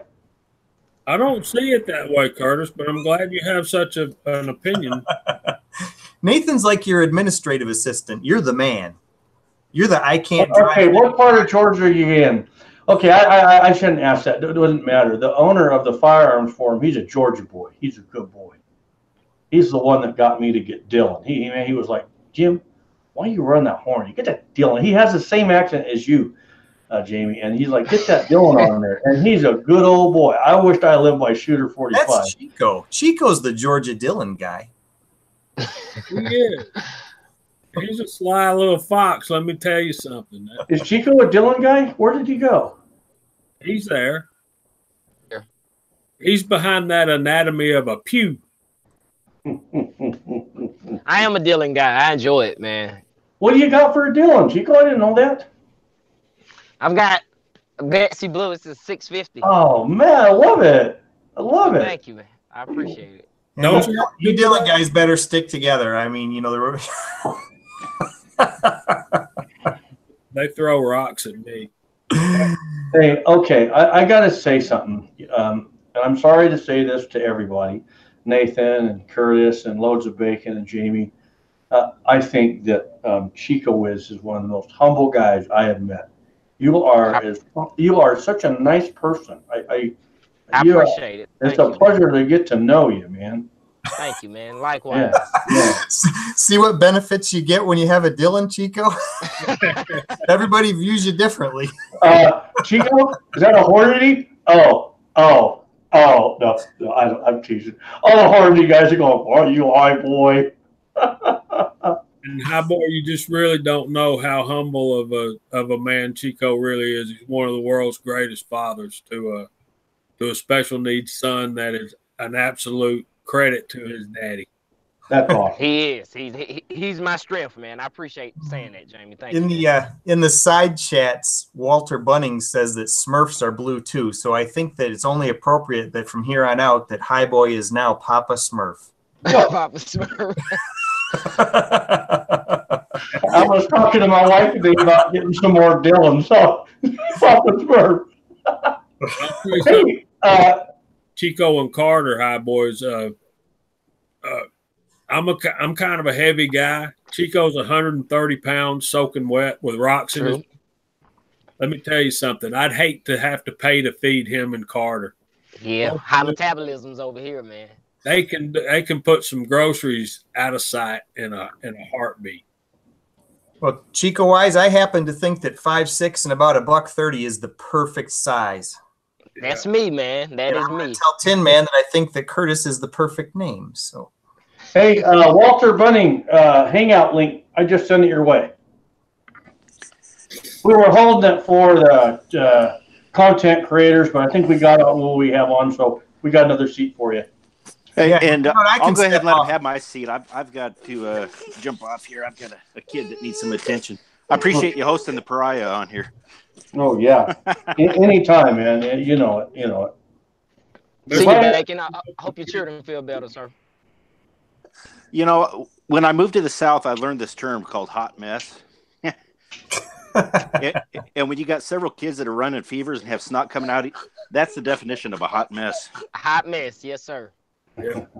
I hope they get better, man. Me too, bro.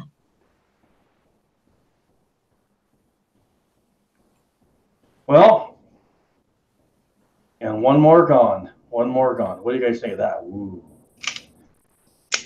44? Yeah, 50-year anniversary. I don't treat it as anything special. I shoot the heck out of it. It's not babied. I just had to have a 50-year anniversary. 44. That's all. Black Hawk. Huh? Yeah. No. Super Black Hawk. No, it's a Black Hawk. It's not Super. It's Black Hawk. Because the original flat top 44 was a Black Hawk. It wasn't a Super. Does that make sense? Hello, Walter Bunny. Hey, boys. Hey, there he is. I go orange over here, and I don't have hardly any Lyman stuff at all. I got orange up there and orange right here. That's why I was late today. I had a kayak outing I led, and got a couple folks not in my group got into a jam, and there I was. So took a little longer than usual to get back. But anyway, glad to be here. Nice to see all you boys out there.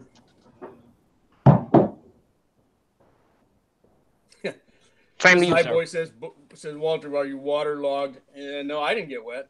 A couple other guys did, though. Let me say something right quick. I believe you guys in the chat, Reloader Dude, I believe if you click on Chico Wise's icon, it'll take you to his channel where you can sub. Oh, I'll comment. No, what? You're saying if I click on Chico Wise right now, or it'll take me to his channel? If you go over into the comment section and you click on his little circle icon, you get a bunch of choices, one of which is to report him. But the first one up there says go to channel. And so if you that's got a neat. channel, you can go right to it from there. Yeah. Okay, So JJDW says he's got an entry-level question. Go ahead. Well, I'll try to field it.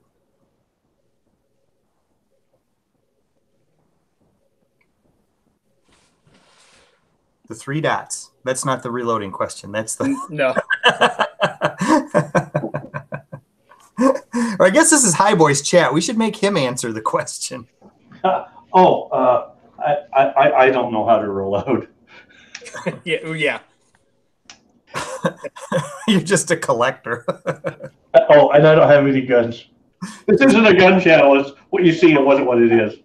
Uh-oh. Chico, the reloader dude, reported you. I mean, subscribed to you. Right. There's some nasty boys in this group today. I'm telling you. You know, I think what's going to happen here is everybody's going to go around and find all of the Blue Press channels and flag them. Yeah. The Smurfy channels. The Smurf channels. The reloading Smurf. Okay. Here's the question. Oh, no, that's J586. Hey, come on, Big J, ask your question. We're going to help you. Okay. Go ahead. Okay, so I'll just read it here for everybody else. It says, and this is JDW. He says he's trying to load some 223 and can't find the primers that are listed in his books. Can I safely use a different primer for the recipe?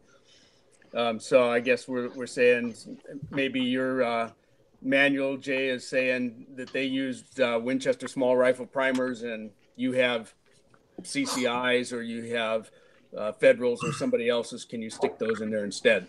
Yeah. Anybody else want to grab that? Hi, boy, you load a bunch of 223. What do you say? Okay, wait. Let's do this. Class has just begun, and we're all in class because we're going to take a test, become NRA certified reloading instructors. Oh, brother. So we're going to start with Curtis. Curtis, what's your answer? Since we're in the class, if you have an established load, you would reduce 10% and work back up if you substituted primers. That would be the textbook answer. Who's next? I agree with what Curtis said. It's what I would do. And I'm digging through a couple manuals here just for grins to pull them out and see what some of the different guys are saying. So the first one I looked at is Lyman, and they're using Remington 7.5s. And here's Lee, who doesn't even say what he's using. So let's see what Hornady says. I think I already know who Hornady's going to use, but so Hornady's using Winchesters, the WSR, the Winchester small rifle. So you're likely to get different primer manufacturers with just about any book you pick up.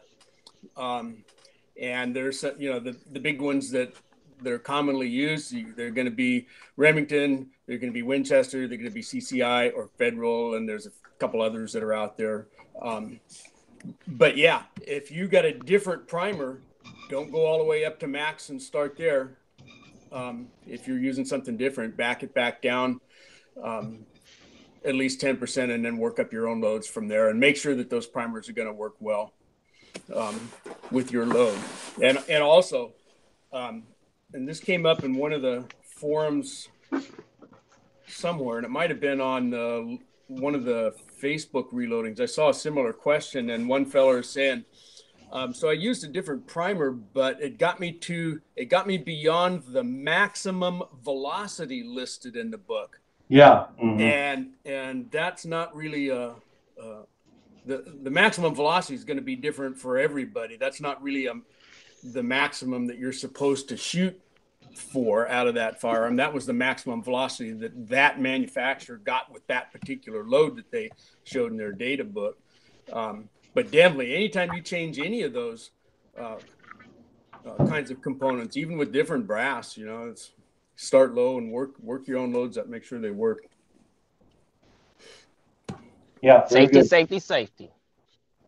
Yeah, we're reloaders anyway, and then we do it because it's fun. Number one, so a guy shouldn't kick too much about having to spend a little time working up his load, because not only are you working up a load that's safe, but you're working up one that works in your firearm, because what they did in here isn't what you're doing. It's not, they didn't use your firearm, they didn't use your brass. They're not outdoors at the range, when, you know, maybe they shot theirs indoors, simply, you know, who knows, conditions are going to be different for any given day when they do the testing, atmospheric conditions, that's all different. So we always work up our own stuff and you work from the bottom up. You start in the basement. Many different variables produce different results. Yes. Okay, so Curtis, what you said was perfect. Would you say that again for the viewers? Sure. This Chico, No. William C. I'm sorry. Well, Chico can say it too. He knows the answer. That go for it. I think you were saying. I said many different variables produce different results. No. What was the correct answer that William C. gave? Oh, gotcha. Reduced by 10%. How did you say that? I said that if you're working from an established load, you should reduce it 10% and work back up. So the viewers understand what he just said applies to any of the components. Jay is asking about the primers, but it's the same with the bullet, right? It's the same with if you change the case, if you're using a different case. So that is your correct answer. He nailed it. See, perfect. Well, guys, I got to go now, and before the next question comes, I don't want to be chastised by Papa Smurf if I give a bad answer. Oh, heck no. Papa Smurf doesn't reload anyway, so, you know. No, I don't. Okay, I got to show you guys are ready for a good laugh. All right, so, you know, I've been casting these bullets and working with the powder coat. Nathan from the reloader bench saw this, and he was aware of it. So I went to set my sizing dies up for my 44 caliber bullet, sizing back to 0.431 inch diameter. Okay. So talking to NOE, he says, well, what you might want to do, and he's never powder coated. He says, this just might want to do this. He says, you might want to cast the bullet, size it, then powder coat and size it. Well, I've talked to a number of guys. I talked to Walter, a lot of guys, and some guys are saying the more you size it, the more you're changing the bullet. If you can get away with it, only size it once. And that's from a guy that's been doing the powder coating, been casting bullets for like 30 years, right? He said, if you can get away with casting one time or sizing one time, do that. That's the best for your performance and accuracy. Would you agree with that, Walter? Yeah, and I can't really say what would happen if you size multiple times because I've never done it myself. I cast, I coat, I size if necessary. I don't have to size everything that I powder coat, but the ones that I do after they're powder coated because it keeps me from having to lube the bullets. But I don't know about the rest of you guys. My Lee size push through sizing dies are the ones that I use, and if I don't lube the bullets first, I start getting some lead buildup in a couple of those sizing dies. So some of them do and some of them don't. So anyway, I casted the bullets. I powder coated them. I finally got my NOE push through dies and the push throughs, and this is what happened.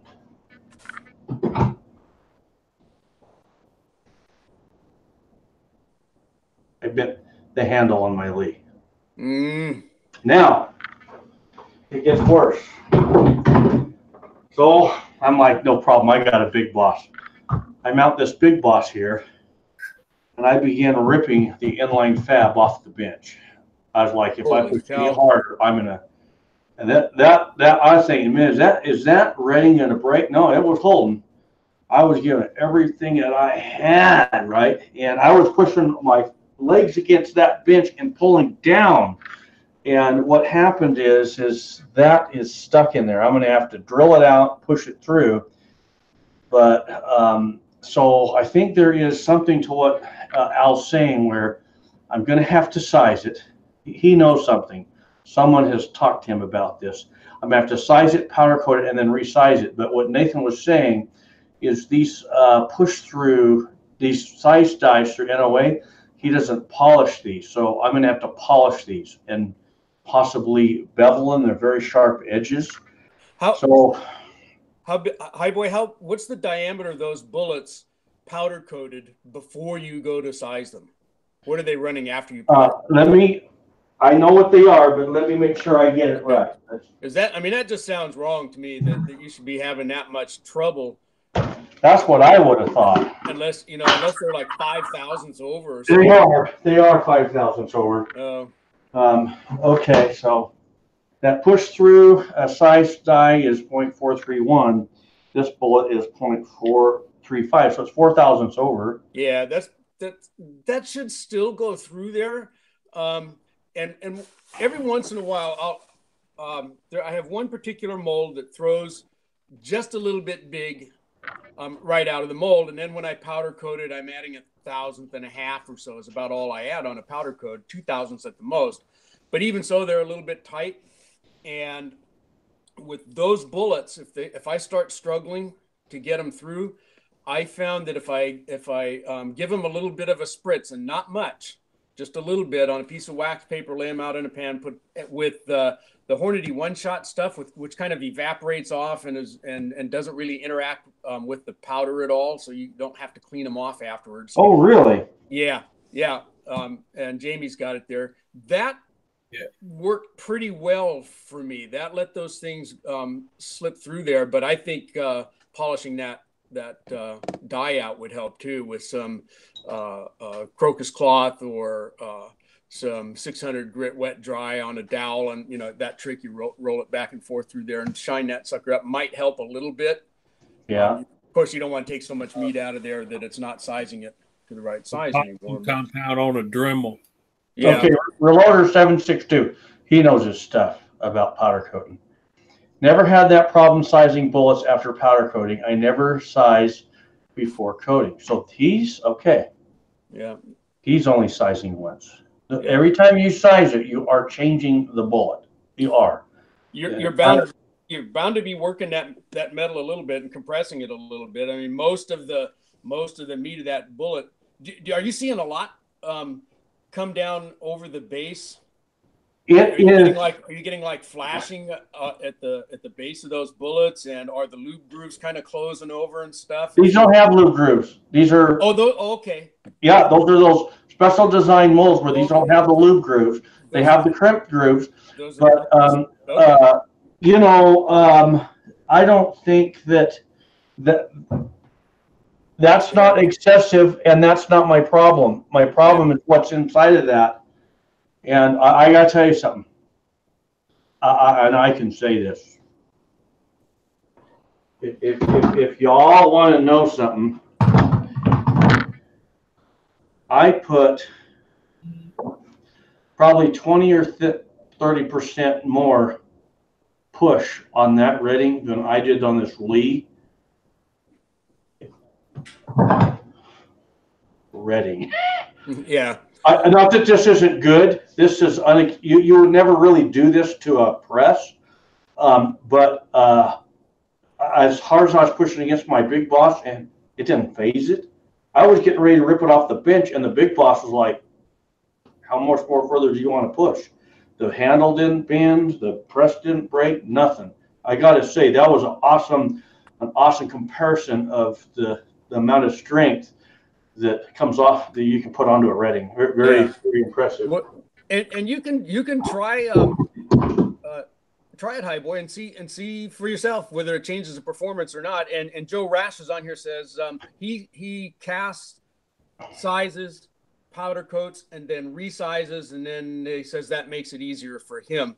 But I would suggest you try, if you get that one chunk of lead out of there and polish it a little bit, and then go into your pot there and pull some of those bullets you've done out and give them a little spritz of that Hornady one shot. It doesn't take much. Yeah. Mm-hmm. And it's like any other lubing system. After 3 or 4 bullets, you got a little bit of that lube up in the dye, and I bet that will really help. Mm-hmm. Those bullets are going to be stickier in. If you guys want, if we got like 30 people on right now, if everybody wants, I can kill this live stream.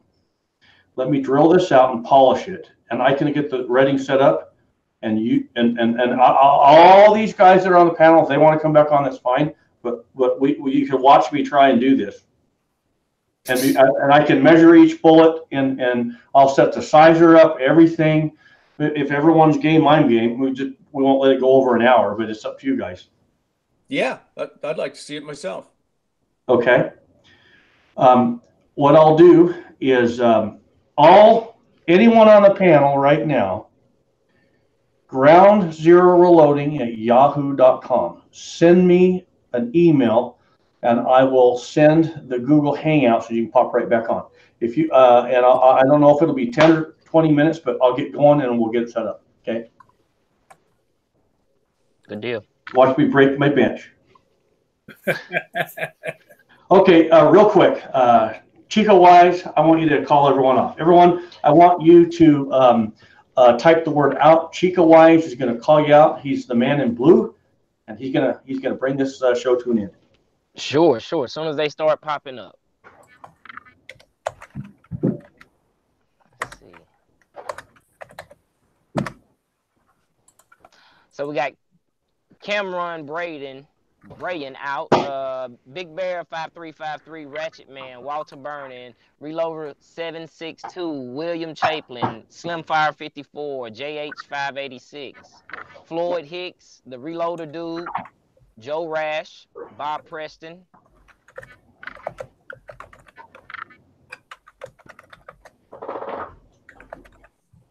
Chico Wise, and Mrs. Highboy. My beautiful wife.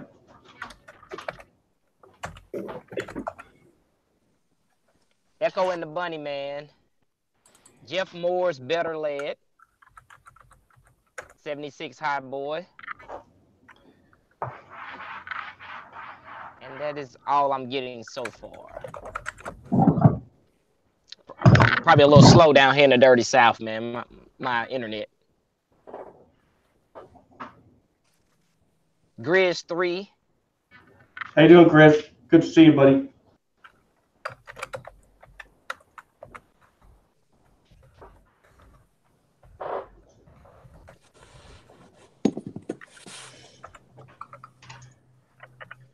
Yeah, that's all I got so far.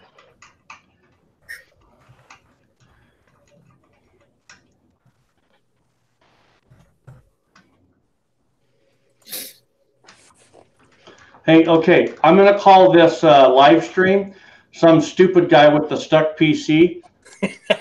So YouTube won't, they'll say, oh, they weren't reloading nothing. This is a stupid guy yelling at this green thing. Okay, so that's some stupid guy with the stuck PC. Okay, that's what it'll be called. So all of you, we'll see you shortly, okay? All right, guys and gals, thank you a lot. We support everyone's support. We appreciate your support. Stay tuned because I think there will be some nice live stream options popping up and just keep us together as a community. So guys and gals, that's the end of this video. God bless. We'll see you on the next. See ya. See you. Thanks for having me. Oh, you're welcome.